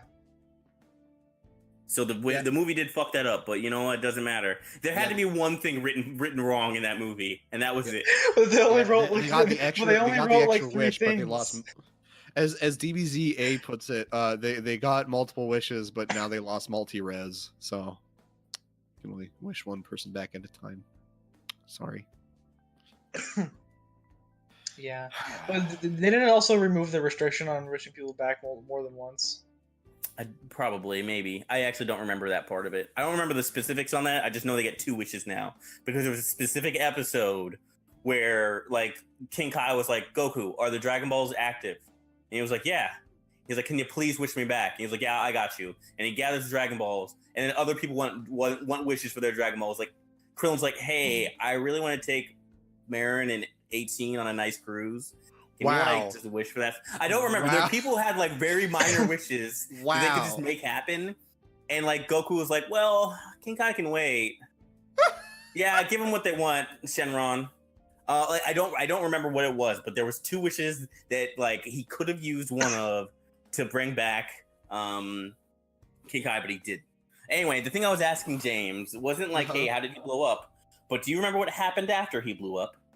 Yeah, his he had like he left like 1 cell of his perfect form on Earth, and so he was able to completely regenerate. It was not on Earth. What do you? Wasn't it on? It wasn't it on? It was on like another. Oh no, that's right. That's right. Though there was one like brain. There's one part of his brain that was left, and that was able to absorb a little chunk of brain matter. That was able to absorb Goku's cells at that exact moment. No. So he learned instant transmission. It's not what it was. What do you mean? Well, what so he learned instant transmission when he saw Goku do it once, because he saw Goku do it and he learned it right after that. What happened is that he had a little chunk of brain matter there, and like this is when I was like, wow, this is okay, I guess. Even though he didn't have 18 in his system anymore, because he had the same cells and he regenerated stronger, back into his perfect form despite the lack of 18. And then he instant transitioned back. And I remember being so confused as a kid as to how is he back as perfect cell? And that's like not just perfect cell, but that was 100% perfect cell because he had powered up Super Saiyan. He had the Super Saiyan in him. The extra Saiyans. He already had Saiyan in him. He didn't get anything from Goku. He had Super Saiyan 1 in him because that's where his cells got that from his fight with Frieza. He was made and in the jar before Super Saiyans were a thing. Yes, because they were all being made and all that like before Namek, because Super Saiyan happened in Namek. Yeah, but didn't that cell? No, but that cell also absorbed a future Trunks from a different timeline. Because remember, he stole the time machine, so he would still have some. So he did still have a like. Oh wait, but no, that one did. That Trunks, but that wasn't part of his DNA that made him. I don't know specifically what you're mentioning. And either way, he like gave up a lot of power and reverted into his larval state. I don't know what we're doing here. I'm not sure what we're doing here either. You're referring to his larval state. What? That's how he couldn't. Remember, he came back as a larva instead of as his, because he absorbed future Trunks, and he was like, I can't fit in this thing, because that's how they found out about him being back in the first place. They found a second time machine that was all covered in moss and like a larval shell that was like not far from there. Right. I'm almost positive Cell gets like Super Saiyan cells at some point because he has the yellow glow to him. He has Saiyan cells in general. Hold on, you keep talking, but I'm gonna look that up. Okay, we're done with that saga. We gotta keep going on that saga. I mean, I think there's a lot more to talk about. I mean, there's with, if you want to, we can. I think the Gohan. According to the wiki, he does absorb Goku cells because he exploded at King Kai's plant together with Goku, King Kai, Bubbles, and Gregory. This is for. Yep. It was Dragon Ball. I don't know why I'm even saying that. Continue though. Perfect Cell is. Oh, sorry. Hold on. Super Perfect Cell is a self-proclaimed form of Cell after he survives self-destruction and absorbed Goku cells. To distinguish this power upgrade from his previous state, this form is often referred to as Super Perfect, though Cell himself calls it Ultimate Perfection in the Funimation dub. In this form, Cell's power and speed increase to the point that he is seen with lightning sparks in his aura, much like Super Saiyan 2 state. He just came back stronger because of the Saiyan shit. His cells also retain a memory of his perfect form, which you mentioned. Due to his Saiyan trait of extreme power increase after healing from injury, he becomes much stronger than he previously was in his perfect form. Wait, then why does Goku thing even matter? Because the other things I mentioned seem like that's all. Because all he did is come back and lose the Kamehameha battle. So why does the Goku absorbing thing even matter? I don't know, man. I'm just reading what the wiki said. A reminder that he loses the Kamehameha battle because Vegeta shoots him in the back of the head. Yeah, that did happen. Yeah, didn't he it? did do that. That's true. That was Vegeta's redemption for being an asshole earlier. And then he's left with a Well, horrible and then he feeling and then he of, needs to oh, be my redeemed rival's again. dead. He needs to be redeemed again in the next arc.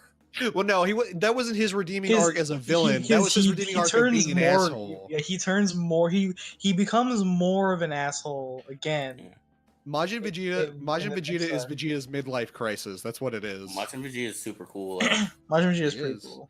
Remember when he kills all those people in the stadium? He Yeah, for no murders like reason. 50 people. Hey, it was for a Yeah, good Goku- reason. He needed a reason Goku's for like, Goku not to fight cool. him. Not cool, Vegeta. I got a waste Like, of wish bro, on this I'm place. gonna How keep did doing he- this. Hadn't he already banged Bulma by that point? Yes, Yeah. Trunks Trunks was like was 8 born. years old or 9. Yeah, that's at right. this Yeah, that's right. Yeah, that's right. And he was Baby Trunks is alive in Buu Saga. Hmm. That's how we And get tanks. fuck Kid Trunks. Kid Trunks Yeah, Kid sucks. Trunks is annoying. I don't like him. Future Trunks is Bring- cool. I don't Bring like no back Kid Future Trunks. Trunks. Bring back Future Trunks. Yeah. You think Future Trunks would smack the shit out of Kid Trunks and tell him to appreciate it? I think he No. would all. Yeah, I think We've seen them together already. We have? Yeah, in Super. Yeah, super. Man, don't talk to me like I kept it. with Yeah, Super and Bulma. and then the 8-year-old who's actually like a 30 or 50-year-old. yeah, like, remember wants when to they fuck got the together? adult Trunks. Yeah, but she's gonna sell for Wait, Kid what? Trunks. Okay, so we'll go into this. Oh, I'll talk yeah. about it now. You remember the girl who was with Emperor Pilaf? Yes. They made a wish to make themselves like they wanted a wish for eternal youth, but they fucked up the wish somehow and wished for youth, and now they're just like 8 years old. So even though she's supposed to be in her 50s, she now has the body of an 8-year-old and is Yeah, like she- Trunks' love interest. Wait, actually, his love interest. Yep. Well, because like he's into her when she's when they're kids, but like she's not really into him. But when you see the other timeline with Future Trunks, the two of them are together, so you do know she will be his love interest, despite the fact she has the mind of like a woman in her 50s. Yeah. Just a child body. Oh no. Yeah. We'll talk more about that type of shit when we do the super spoiler cast next week. God. But yeah, that is canon. The two of them have been together, and and Little Trunks was mad at Future Trunks because Little Mai wanted to fuck Big Trunks. Oof. Imagine getting cocked by yourself in the future. But you over an 8-year-old.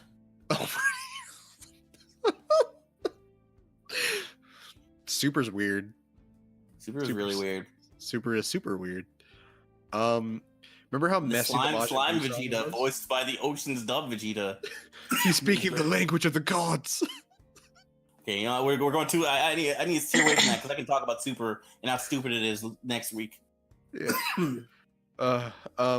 The Majin Buu saga was weird.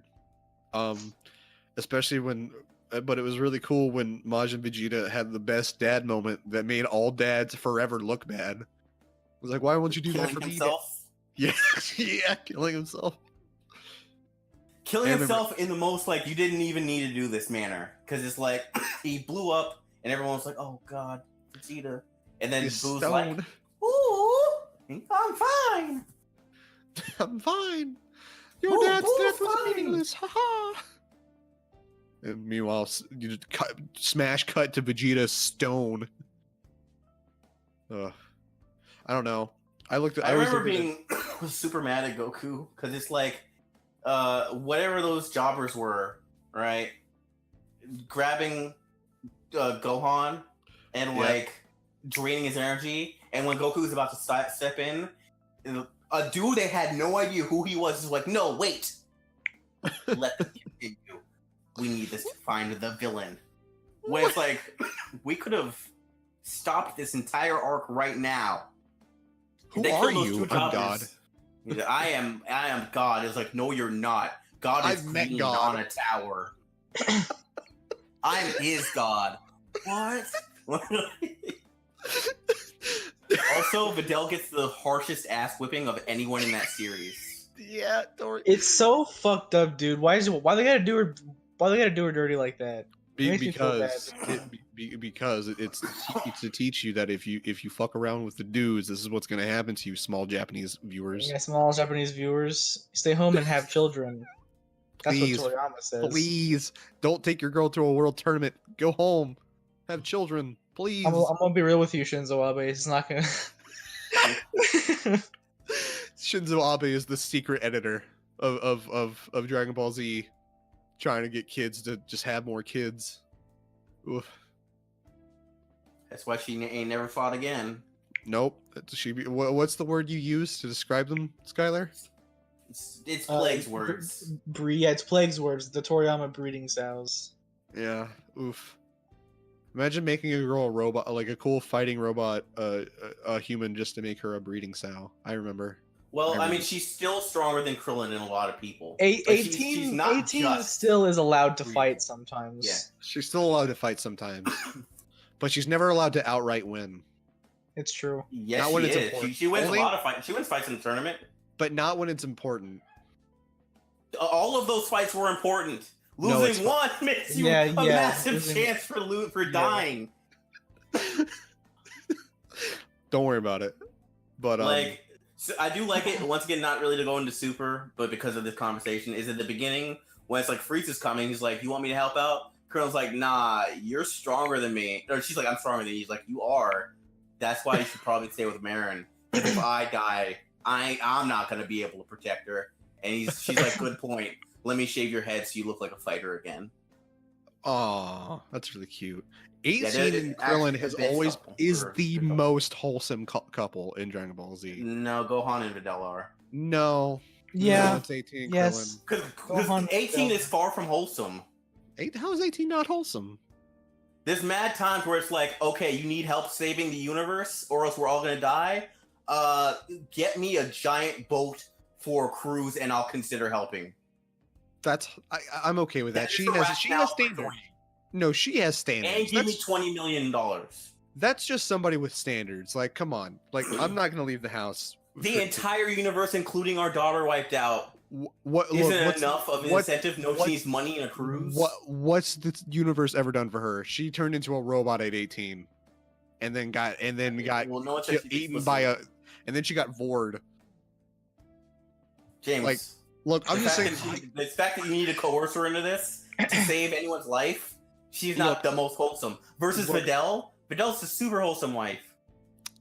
She's boring though. And She chills the fuck Videl got blacked. So like, wait. It's not like she has like a rough time, you know. It isn't like her life hasn't been hard or anything. I'm sorry, Skylar. Could you explain that last part? What are you talking about? Y'all know what Blacked.com is, all right? Don't make me. No, but who are you referring to? What? Her? Yeah. What? Yeah. Are you trying to imply that because big Russian dude? Yeah, what's his name? I don't remember his name. It starts with an S. It's a weird name. Let me look at it. There's two of them. One of them was actually from the original Dragon Ball. He actually shows up. He's got like long hair and shit. He looks like a Hercules, and I think His name's Spopovich. Spopovich, yeah. And there's the second one, somebody else. Yeah, he doesn't matter. Yeah, but Skylar, that's not what that means. I thought you were trying to imply that because Gohan wore a fucking do-rag that he suddenly became. My like, point. counted. It was a Blacked.com joke that she got dominated by a giant man with a giant penis. That was the joke. But he doesn't have to be black. Yeah, I'm pretty sure it's a key factor. No, just having the big dick. I think that's important. Just having the big dick is black enough. Then Willem Dafoe's black. Yeah. I'm sure. I guess he is. Would you give Willem Dafoe the inward pass, Claude? Huh? Would you give Willem Dafoe? You really? Yeah, I like enough of his movies. Yeah. Okay. Yeah. So yeah. See. Okay. What? That's different. What actor? That's different. Jesus Christ. Would you give Tobey Maguire the inward pass? No. Why not? What's he done recently that I care about? Nothing. But I thought it had to do with just enough of his movies. No, I still like if you say, "Hey, do you want to see this new movie with Willem Dafoe in it?" High chance of me saying yes. If you say, "Do you want to see this new movie with Tobey Maguire in it?" I'd probably tell you no. Why is that? Why don't you didn't Because like the only Tobey Maguire movies I like is Spider-Man. That's it. That's all the movies Willem Dafoe you has need. stuff out there. Yeah, but I don't want to see a new one with him in it. I want to see a new Tom Holland Spider-Man movie. Well, no, it doesn't have to be Spider-Man. Like, you just, I don't want to see nothing else with him. Like, at least Willem Dafoe is all over the place, where it's like he has a bunch of good movies in different areas. Hell, he was even interesting in that bad David Cage game, even though his motivation was shit. And the lesson you learn at the end is killing yourself is okay. Yeah, just pass on all your problems to everyone else. I made a mess. Jody, watch me murder myself and happily exit this story with my family, leaving all of my responsibilities for my mistakes up to you. Bye. Bye. No, but it's a good message though. David Cage is a smart man. He knows what he's doing. He wouldn't overlook that. He's big brain. Yeah. But yeah, Skylar, I still think you're probably missing like a key factor to that joke. No, it's fine. Okay, Claude, he wore a black leotard though, so basically. Claude, would you give Spopovich the inward pass? No. Well, there you go, Skylar. You're jobber. automatically wrong. Exactly. So now you believe he's a jobber? You told me before when I said he was that he wasn't. Who's Spopovich? Yeah. I didn't say we had that. an argument with this before. Yes, we did. I fought you on this hard, and I didn't understand why you were so about like he's not. The fact that he's a threat and beat Vidal, and that's when we were talking about like if Vidal could beat Tien, and I was like, no. You remember this now? Vaguely, but a lot has happened since then. I'm a new person. Yeah, like he thought about it more than not at all. He's a new person. I'm a new person, Claude. I want you to know this, Skylar. This was a legitimate argument between myself and James on if Vidal was stronger than Tien. Can Vidal even fly? Vidal barely knew how to fly, and she could I don't think she could even shoot an energy blast. She could not. If she could, it was a small one. Well, I think Vidal is at least as strong as Raditz. No. Really? No, not at all. No, James, she could barely fly. And she had regular girl strength. Well, no, regular girl who knew martial arts strength. So she wasn't weak by regular standards, but by warrior standards, no. Could she beat Hercule, the world tournament master? No. Oh. No, because Hercule could actually fight. No, he couldn't. James, yes, he could. He won that tournament legit the first time. I mean, because no super freaks were in that tournament. I mean, fair, but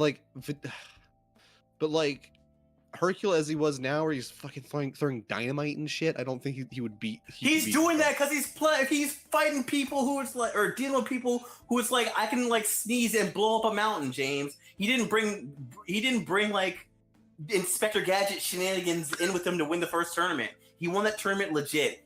And the only reason you know that is because it's he was talking about how he was the strongest fighter, and then the Z fighter who in the room would be like, "Oh shit, we missed a tournament." Oh wow, we actually were busy. That's the reason that he won that. He won it legit, James. No, I know. So Vidal's not beating him. He was actually the world's greatest martial artist. Could Vidal beat a Cyberman? No. Cybermen don't know how to fly. A Cyberman is as strong as Raditz. Yeah, that's the same argument. Can they beat Raditz? James, what did she? Okay, so here's the thing. But Raditz has the thing where he can actually fly. Cybermen can't fly. Do you believe, James, that Vidal could have beaten either Goku or Piccolo at the end of Dragon Ball?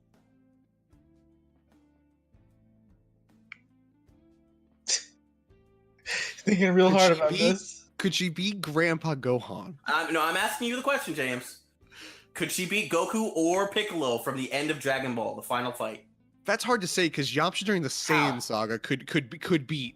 No, that's not what we're talking about. That's not what we're talking about. I'm asking you legitimately. Do you believe that she could beat either of them? We're not throwing any other characters in here. It's a yes or no. But you have to because Yamcha. You don't have to. Yamcha has nothing to do with that. It does because Yamcha's the worst. James, the only reason that you even brought up that Yamcha could beat him from the beginning of the series is because this is a year later when everyone trained with higher level opposition versus all around same par. They were on death's door constantly training against that. So that is irrelevant to where Goku was at the beginning of the series versus a year later when they were training against fighting against Saiyans specifically. So that is not even to be included. Answer the question, do you think Videl, when she fought Spopovich, could have beaten Goku or Piccolo from the end of Dragon Ball? It's a yes or no question. No, it depends. Who beat Spopovich, actually? I don't remember from the show. He was nobody. He just got killed. I don't even remember who killed him. Oh, okay. Okay. Just died. Just died. Yeah, legitimately look at his design and tell me he's important. Wait, you never mind. You can't do that because Jiren's design is terrible. Anyway, it doesn't have it. I ask because that I could look at her abilities. Don't look at him. Look at her abilities. What can she do? Well, no, I have to look at Spopovich because he's the guy she's fighting. She fights in the show, and that would give me who beats him. Gives me a general idea of Do you think he's important? No, I don't think he's important, but it's something I have to know. If Deborah spat on him and turned it, let's just say Deborah killed him, right? Because it's sure not Bobby, and he wasn't around when they got to Deborah. Let's just say they absorbed his energy for Boo. I don't know, because he didn't fight anyone. He fought that one fight against her, right? And then he flew off with the energy, and then whatever happened to him, you don't see him again. Now, seeing that matchup is not important to say if she could fight him. She could fight Goku or Piccolo. What's important is knowing her skill set. She knew basic martial arts, and she could kind of fly. Okay. She couldn't beat Goku or Piccolo at the beginning of the Saint Saga. How the fuck would she beat Raditz, James? I don't know, but she could probably beat Oob. She would most certainly not beat Oob, and you're a fool to believe that. What does Oob have? Oob has nothing, but he learns ridiculously fast during the fight with Goku. After a couple of hits, yes. I don't think I ever watched that fight. It's the final episode. It's all right. He's not really doing much, but as the fight's going on, he's learning more and more faster and faster, and actually forcing Goku to try. Oh wow, really? Okay, that's cool. All I remember from Oob, I don't think I ever watched the episode he shows up in. I just remember Oob from Budokai 3, and he has the one screaming attack where he just yells and a burst of energy comes out. So that's all I remember of him. That's pulled from Kid Buu. Yeah, because it's pulled from Kid Buu. Yeah, he's a reincarnation. Yeah. Well, no, I know he's a reincarnation, but I didn't know that was pulled from Buu. Buu did scream attacks. Buu did a lot. Okay. All right, fair. I think Videl's boring. I don't see why you're putting her up as high as you want to put her. I don't know. Videl's just kind of boring. I don't even like her as a. It hasn't anything to do with boring. We were talking about her combat capability, and we were originally talking about who's more wholesome, her or 18. All right, being boring doesn't make you not wholesome. It doesn't help. James doesn't know what wholesome means. We've decided. We've already established this. Yeah, that's true. That is true. I know what wholesome. James, you were coming at me talking about how Goblin Slayer was wholesome. The Goblin Slayer does get wholesome toward it, so is getting. James more also He's over friends. here is trying to tell me that Nagatoro isn't for lewd. Nagatoro is not. She is super for lewd. Her origins come from porn. Yeah, but that's not. But that's not exposed her. in every single chapter. There's the one where there's the chapter where she literally it was wearing the succubus outfit from the other dojins the guys. Skylar, are you trying to imply that this 15-year-old girl is meant for lewd? Because I don't appreciate that on my show. It's explicitly clear that is the case. I don't appreciate that. I don't appreciate that on this show, Skylar. I'm gonna call the Mega Police on you. All right. Okay. We got anything else to say about Dragon Ball Z? We barely. I feel like this entire conversation has barely been talking really about Dragon Ball. We've been tangenting. Vegito about dumb meme arguments. Vegeta dumb meme arguments. That's basically this entire Is Vegito podcast. even in Dragon Ball Z? Does that even happen? Yes, that's where Vegeta gets introduced. God, I forget. I really don't remember anything from the Buu saga. Yeah, well, it's not necessarily a bad thing. He fights Super Buu. Yeah. He fights Super Buu. After Super Buu absorbs Gohan. Yeah, because Gohan fucked up and didn't put on the Patora earring. Do they need the earring? No, that's not why. It has nothing to do with that. Well, yeah, Gohan gets absorbed before he can get put on the Patora earring. But that's not why he got absorbed, because he said he fucked up and didn't put on the earrings. Oh. Well, that's why they fused Vegeta and Goku fused, because the original plan was Gohan. Mr. Gohan, but then Mr. Gohan jobbed really hard because that of course is a thing. Yeah. That's gonna happen. He did. He was whipping Boo's ass, but he was overconfident and he stopped paying attention at a certain point. Or something derailed his attention and he got absorbed. I like the idea that the only reason Mr. Gohan jobbed was because Toriyama couldn't find a good way of combining Goku and Gohan names. So he just went with Goku and Vegeta, so he had better options. God, is that really why? No, but I don't think so. But I would love if that was the case. That would be funny. I feel like it's just because you need Goku to do the thing, because Goku is the hero, and you would having Gohan do it twice in a row while Goku is still around would have people be mad, even though Gohan really should have just been the main character. Yeah. Should have. Shoulda, woulda, coulda, but he wasn't because bad. And then they made him a skinny nerd bitch in Super. That's the most infuriating thing in the universe. I hate it so much. GT did Gohan better than Super. We're not talking about that. Look, no, but that's all I'm saying is. Did you notice that Gohan's cool now? Did you notice that Gogeta did the move he uses to kill Janemba in the movie? Yes, I did. Yeah. Wait, what? No, he does Stardust Breaker. Oh yes, and it looks so good in this. All right. It looks so good. But yeah, the GT did a lot of things wrong, but at least it did Gohan and Goten pretty well, where they're clearly distinct characters, and they're both pretty badass, even though distinct characters who get like no screen time. Yeah. They both get their own fights with Baby. Everyone gets a fight with Baby. That's not even like. Well, yeah, but their fights with Baby are nice because you see how they're different, and then you get Gohan fighting you get Goten fighting Gohan, which was an interesting thing. Not really. I mean, it's whatever. You know what's more interesting in goddamn GT? The fact that Vegeta has a porno mustache. That's cooler than that. Yeah, that is pretty cool. I'm a fan of that as well. I like the design for Goten where he's older and he's got like the long hair, the long shaggy hair, so he looks even less like Gohan. Because that was the thing in GT at least, where Gohan and Goten look exactly the same, but their hair are pointed different ways. But long hair Goten is high tier design because it just makes me think of Yamcha, and then I think, oh no. And then you see those dank memes where it's like, did Yamcha cuck Goku? Yeah, I'm sure Chi gave really it up Gohan's for Yamcha. dad? Is Yamcha really Gohan's dad? Please ignore the fact that he went Super Saiyan multiple times. No, that's when you find out Chi-Chi's secretly a Saiyan. And it's like, oh, wow. And then you figure out that Chi-Chi is secretly Launch. Somehow. Wish Launch was back. We all wish Launch was back, but she'll never be back because Toriyama literally forgot who literally she was. Forgot she existed. And he wrote in a new Launch, like replacement that he will also forget because he's never gonna write for Tien. Who's the Launch replacement?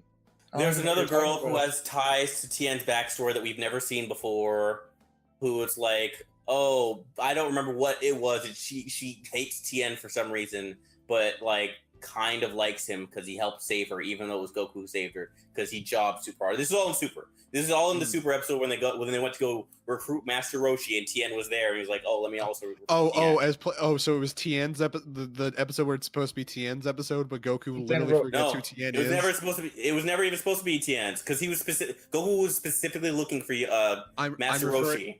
No, I'm referring to the Plague video where he talks about how Tien is right there, but Goku literally forgets about him. Oh. Have you guys seen that comic where it's talking about like Tien and then Master Roshi over the course of like the series, and it's just like this image where like they do a thing and then Tien gets his ass beat and then he's like, I'm gonna go train to be stronger, and then Master Roshi is just watching porn on the TV and it just does that like 4 times in a row where Tien gets beat up and it's, I'm gonna get to be trained to be stronger. Master Roshi's like, I'm gonna continue to watch porn on TV, and then it just smash cuts to Dragon Ball Super and Roshi is just beating the shit out of Tien. Oh. Yeah, it's fucked up. Like, it doesn't make sense. He's dedicated his entire life to martial arts, and Master Roshi's stronger than him. And he was stronger than Master Roshi when it came into Dragon Ball. Yeah. Because he beat Master Roshi in a fight. Are you implying that Toriyama doesn't write his characters perfectly? Or He maybe wrote- doesn't think he about wrote- things?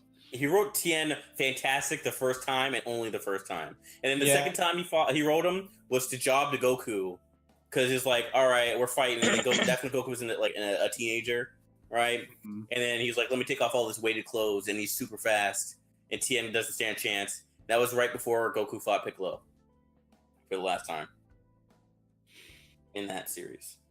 Remember when Goku didn't know what kissing was?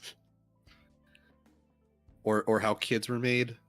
Or what marriage was?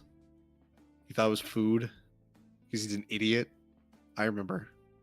Well, in his defense, he was raised on a mountain by an old man and only really taught how to fight and how to be a old man decent would teach him person. a thing. The I don't old think man Goku. died. I don't think Goku learned how to be a decent person necessarily. Hey, He he doesn't- learned to be nice to animals around him. He doesn't kiss his wife. He doesn't kiss his wife, and he straight up abandons them at the end of the show. He abandons them multiple times. Exactly.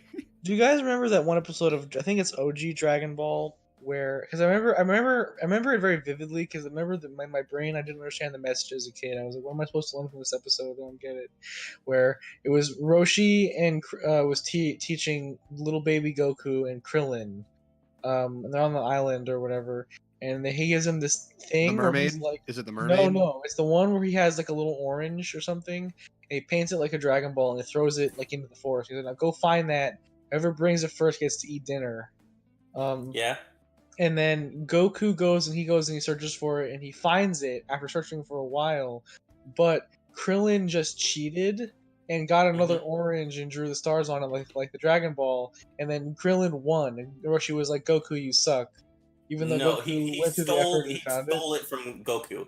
Like Goku found it, he's like, Oh. "Oh, that's nice. Can I look at it?" He's like, "Here, sure." And Krillin runs away with it. That's what happened. That's what happened. Okay.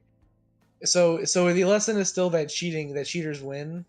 Yeah. Was that the lesson of the episode still? Yes. Okay. Also, give the older people who are your teachers porn, because that'll make them like you more. Yeah, that's true. No. What if? Follow me here. What if because Krillin cheated at that point, he would never become? He could never unlock his full potential, and the entire series is just him having to learn that lesson because he cheated. Which is weird because he got his full potential unlocked on the anime. No. Think about it though. No. But think about it by not wanna. thinking about it. You can't just be me and not think, Claude. Somebody has to. I want to think about this dumb situation where because he stole a rock, like he's not allowed to unlock his potential. I'm not gonna think about that, James. It's the longest con, dude. It's the longest con. That's why Toriyama forgets so much. He has to keep focused on the long con. Skylar, come up with a topic for Dragon Ball if you have anything. Yeah.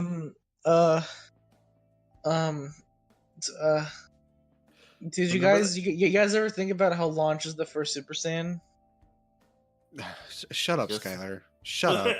Shut up. You want to talk about unlocking potential by cheating on a rock game, but he makes a joke about how she sneezes and her hair turns blonde, and you're telling him to shut up? Remember the fat guru?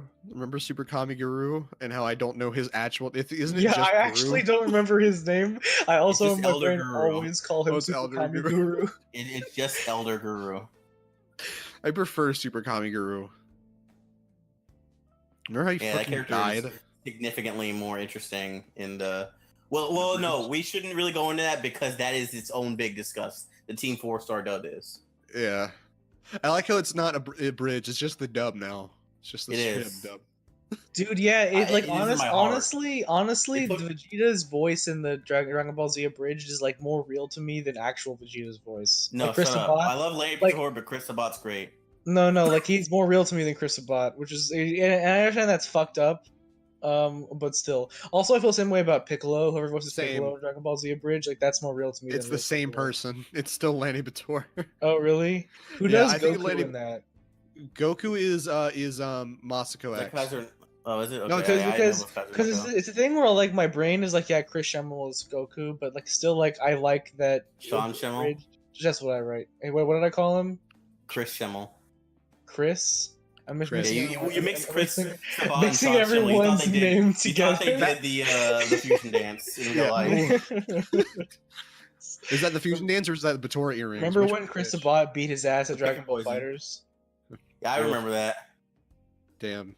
Well, that's because Chris Sabat. That had was a fucking- smart promotion thing, though. That was It pretty was. cool. Yeah, it was pretty good. Didn't Chris Sabat have like Jay Wong as his fucking coach? And then who did? I think they both had don't- like fighting game they guys. have I can't coaches? No, remember. they did, but I can't remember. I can't remember who Sean. I can't remember Schemmel who had. Sean Shambles was. Yeah. But Chris Sabat was definitely Jay Wong, which is weird. So I don't think. I forget Jay Wong like even competed. I don't think he doesn't. He doesn't compete a play. He lot, doesn't play Dragon Ball really. No. That's a weird pull. Get fucking Goichi on there. Let's see who wins now. Yeah, I mean, he's I want to get the greatest Melty Blood player to teach me how to play Street Fighter. Yeah. I want have Daigo you to guys teach seen me how to those play videos? fucking. Have you guys seen those videos of Goichi doing a karaoke? He No. fucking loves it. There's you guys should Is he try. defending against all the think, notes? I think it was at Combo Breaker. You could go find a video of him singing "Shala Head Shala." It's great. He's so fucking into it. I thought Goichi has like all the. There's another one where for Daigo hosted a karaoke competition stream. There's a bunch of fighting game dudes doing karaoke, and Goichi sang the second opening for Hokuto no Ken. What's it Nice. called? Tough Boy. Oh, That's boy. That's also really good. You should find that one also. I want Daigo to teach me how to play Skullgirls. I'm sure that'll go well. Daigo plays some games. Like Daigo played Guilty Gear for a while. He used to play Soul. Did he? Okay. There's a really great clip of him doing like sick dust loop or resets or whatever, and you just hear the commentator freaking out because it's Daigo. He's like, "Ume Haraga, Ume Haraga." It's great. You guys ever think about what the world would be like if the Daigo parry never happened? Do you think fighting games would still be this big? Yeah, because I mean Yes. the even one with 37 was like a cool thing, but you'd still have like like other cool things that happened, Yeah, but I feel- the We're tangenting too much. squeeze this bitch, squeeze Squeeze that bitch. Yeah, Fucking- it's Marvel. Yeah, Squeeze Magneto. that bitch. or you'd have fucking Jay Wong getting like double perfected and then coming back a couple months later and being like, now I'm Shin Jay Wong. I'm here to I'm here to defeat you. This Reclaim is my how you honor. do it infinite. Yeah, love that. exactly. Back to This is- Dragon Ball yeah. and eventually wrap up because this isn't fighting games right now. Dragon Ball's a fighting game. I only had one question remaining. If you guys had more, we could do those. But what was your guys' it can't be Goku and Piccolo learn how to drive. What is your favorite like non-canon Fuck anime you. original episode? That's like I the don't- only thing. It's too easy. I don't That's know like- any other non-canon only episodes one because that I I never remember. watched the non-canon Oh, episodes. really? Yeah. What I don't about the think I one even where saw the Bulma fights a driving giant? There's one where Bulma fights a giant crab. I remember that one. I guess. What about the one where Bulma dreams of getting like screwed by Vegeta in the cave? I'll be right back. I got some. That's food. canon. All right. Oh, That's- great! It's canon. Yeah, no, That because one. I'm talking about the stuff that's between arcs where they just make up stuff between like, all right, when Yeah. stuff's actually happening. I don't like, think I that ever thing actually where, watched any of that. Like the thing where Goten was I don't remember who he was with, but he ended up running into some people who were like taking over this small town. He's like, that's not nice. And then Mercenary Tao was with them, and he saw Oh, Goten. He's like, yeah. wait a minute. Oh, you're related to... Nah, I'm done. I'm leaving. And then he's gone. Doesn't he throw the pillar and hop on? Yes. That's great. Like yeet. Yeah, I don't really have anything like that. I don't really remember any of the non-canon stuff. I don't think I even actually watched the car driving episode when it actually came out. I just know it by like osmosis. I don't know. Yeah, I don't know, man. So did you have any final question for anything about the Dragon Ball Z related specifically? Honestly, the Majin Vegeta versus Goku fight was my favorite fight of all time. I just love how fucking hard it goes. It's Really good, especially when Vegeta comes back later and he's like, there was a Super Saiyan 3? Why And didn't you use that on me? He's like, well, I mean, it would have been over in a couple seconds. That would have been fun. Oh man, Vegeta was is really a mad. character. Yeah, I can imagine. Vegeta's like whole thing at the end of the Cell Saga, where he just realizes his rival is dead, and he didn't kill him, and he's just kind of left alone. Well, Also, he didn't want to kill Goku. Wait, what was the question? I just got back. What's up? no, I was reminiscing on.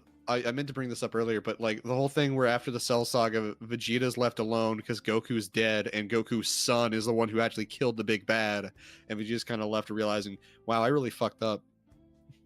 This whole time, I got my arm broken. He goes and by he a stands in girl. the rain, and then Yeah, he Phil does. Collins plays in the background. I think Phil Collins plays in the background when and that's when he first goes Super Saiyan for the first time. I think. I'm not sure. It was Super Saiyan in a flashback. I don't remember the music. What's your favorite Dragon Ball Z AMV? I feel like that has to be said. No, at I some point. actually haven't seen any DBZ AMVs because the thing is that I watched I watched DBZ when I was really little, and so I didn't we used the internet really that much at that time for anything other than playing games. What happened was I got into Naruto when I was a bit older, and then that was when I discovered AMVs. So I didn't really watch that many Dragon Ball ones. There is one Dragon Ball Z AMV that I always watch all the time, and it's called Vegeta's Pride or Pain or something. And it's backed by Adam's Song by Blink-182. Jesus Christ. And I don't know what it is about that song in the visuals of Vegeta being sad, but it always kind of gets me because it's like, man, I remember being this sad. If I wanna shout out an AMV though, if you ever wanna laugh, because I whenever I put it on and I fucking lose my shit at it the whole time, because it was the first AMV I ever saw on the internet. It is. I'm really waiting to hear you say AMV hell. Naruto AMV. No, it's Naruto AMV, and the song is "Cold" by Crossfade. You just put that shit in there. It is the funniest thing ever. I think it's a Sasuke tribute AMV thing. You put that shit on there, it's the funniest fucking thing in the universe. I put it on there, and man, it fucking kills me. I remember unironically looking at a bunch of like Naruto Hinata AMVs back in the day. Man, okay, that's like my most embarrassing period in time was that my favorite every character time was... Did you watch the ones that were like every time we touch No, because my thing was my favorite character was Neji, right? As a kid. So it's sort of like Neji, 10, yeah, Neji and Tenten. That was the thing. So you had to watch the AMVs where they where they fucking clip together the 4 times that Tenten is on screen to try and make something out of that. And so that was those AMVs. I remember I remember when I first saw Shikamaru and Tamari like interacting, I was able to call that shit instantly. It's like, yeah, that's it. That's the OTP right there. I mean, it's true. It's true. And I was right. I didn't even watch Shippuden. I was caring about. Yeah. It was like those two have to get together. Yeah, they were. Well, they were the thing. After. No, they were a thing. They Tamari worked and together because they were like both advisors for not advisors. They had like different. Then they had a child in Boruto. It was after. It was between but Shippuden and Boruto that they got together. But the chemistry was there. It was there. I'm not saying it wasn't. I'm just saying they weren't together in Shippuden. Okay. I mean, I guess it's fair. The groundwork was laid down in Naruto. I'm glad Kishimoto at least did something right. And really, it was like the fucking filler episodes that shipped Neji and Tenten anyway. It was the only ones that did it. It was like the Curry of Life episode or whatever. Yeah. Which was actually a pretty great couple. It was actually a pretty good filler arc. That thing, I liked it. I remember. Because Rock Lee gets struck by lightning and he fights off of his instincts alone. That was cool. Yeah, that was really cool. I remember. Oh wait, I think I owned an AMV on like VHS. What the fuck? How? Well, I don't. Well, because there was an era where that was the thing, right? Like there was that really famous Evangelion Bohemian Rhapsody AMV that was passed on tape or whatever around for a while.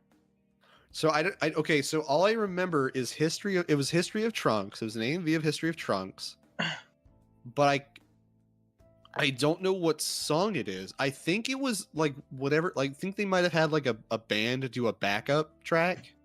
or like a soundtrack sort of thing for that movie, like kind of like how Broly had one with what was it, like Linkin Park or some shit. I know one Broly movie had a rock band doing something, but I think that might have actually been an AMV for History of Trunks. Hold on, History of Trunks. Oh no, James, you're not gonna be able to find it, man. There's probably 1,000 of these fucking things. No, hold on. I'm searching History of Trunks soundtrack. official? Is it official? Yeah. Well, maybe. Hold on.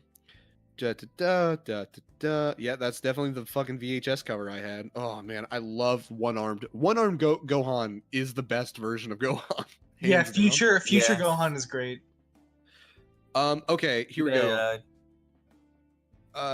Too bad what? I was saying too bad he died, but I was like, well, we wouldn't have gotten Super Saiyan Trunks if he didn't die. Yeah, okay, so here we go. The following songs are present in the English version of Dragon Ball Z: The History of Trunks, as well as its accompanying soundtrack CD, with exception to most of Dream Theater's music, Home being the only track showcased in the soundtrack from them, and Prelude by Slaughter. Let's see.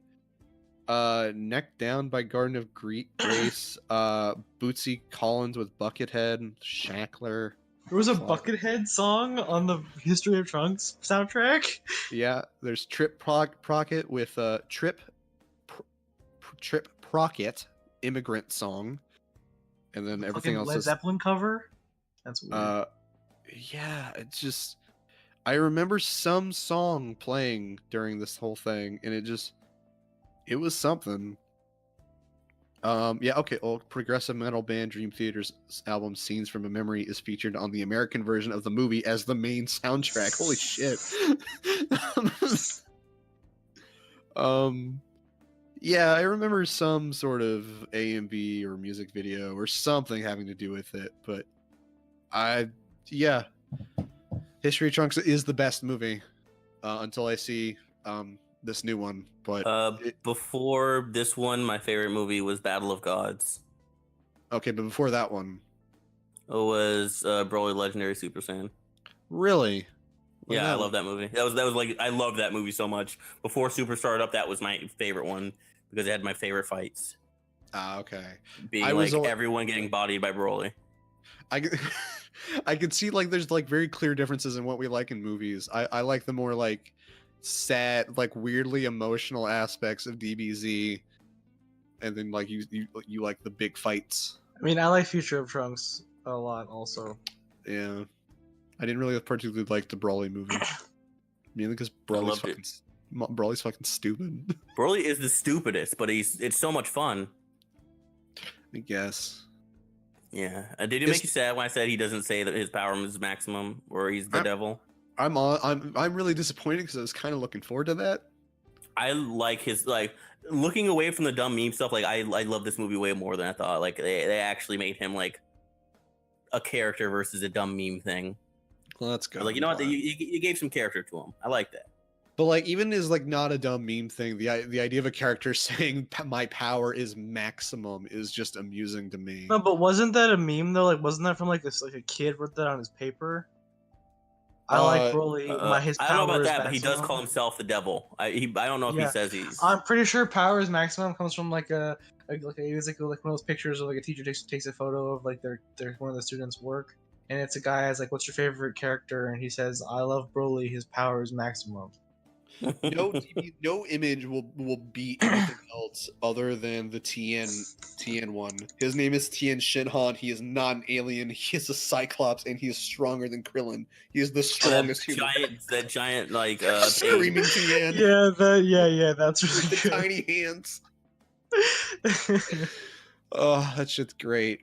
But it's getting late. My food's getting cold. Yeah, so thank you everybody for joining us on the Weekly Dadcast. I've been your host James here with Claude and Skylar.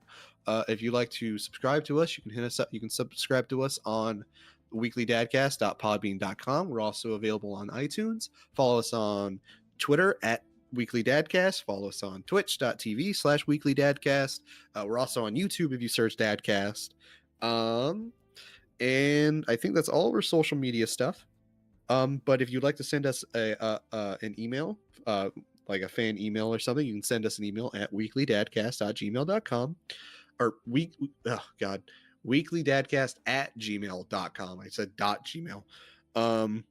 Or again, you can hit us up on the Twitter account, and we'll get back to you. So thank you guys for joining us, and hope you have a lovely night. See you.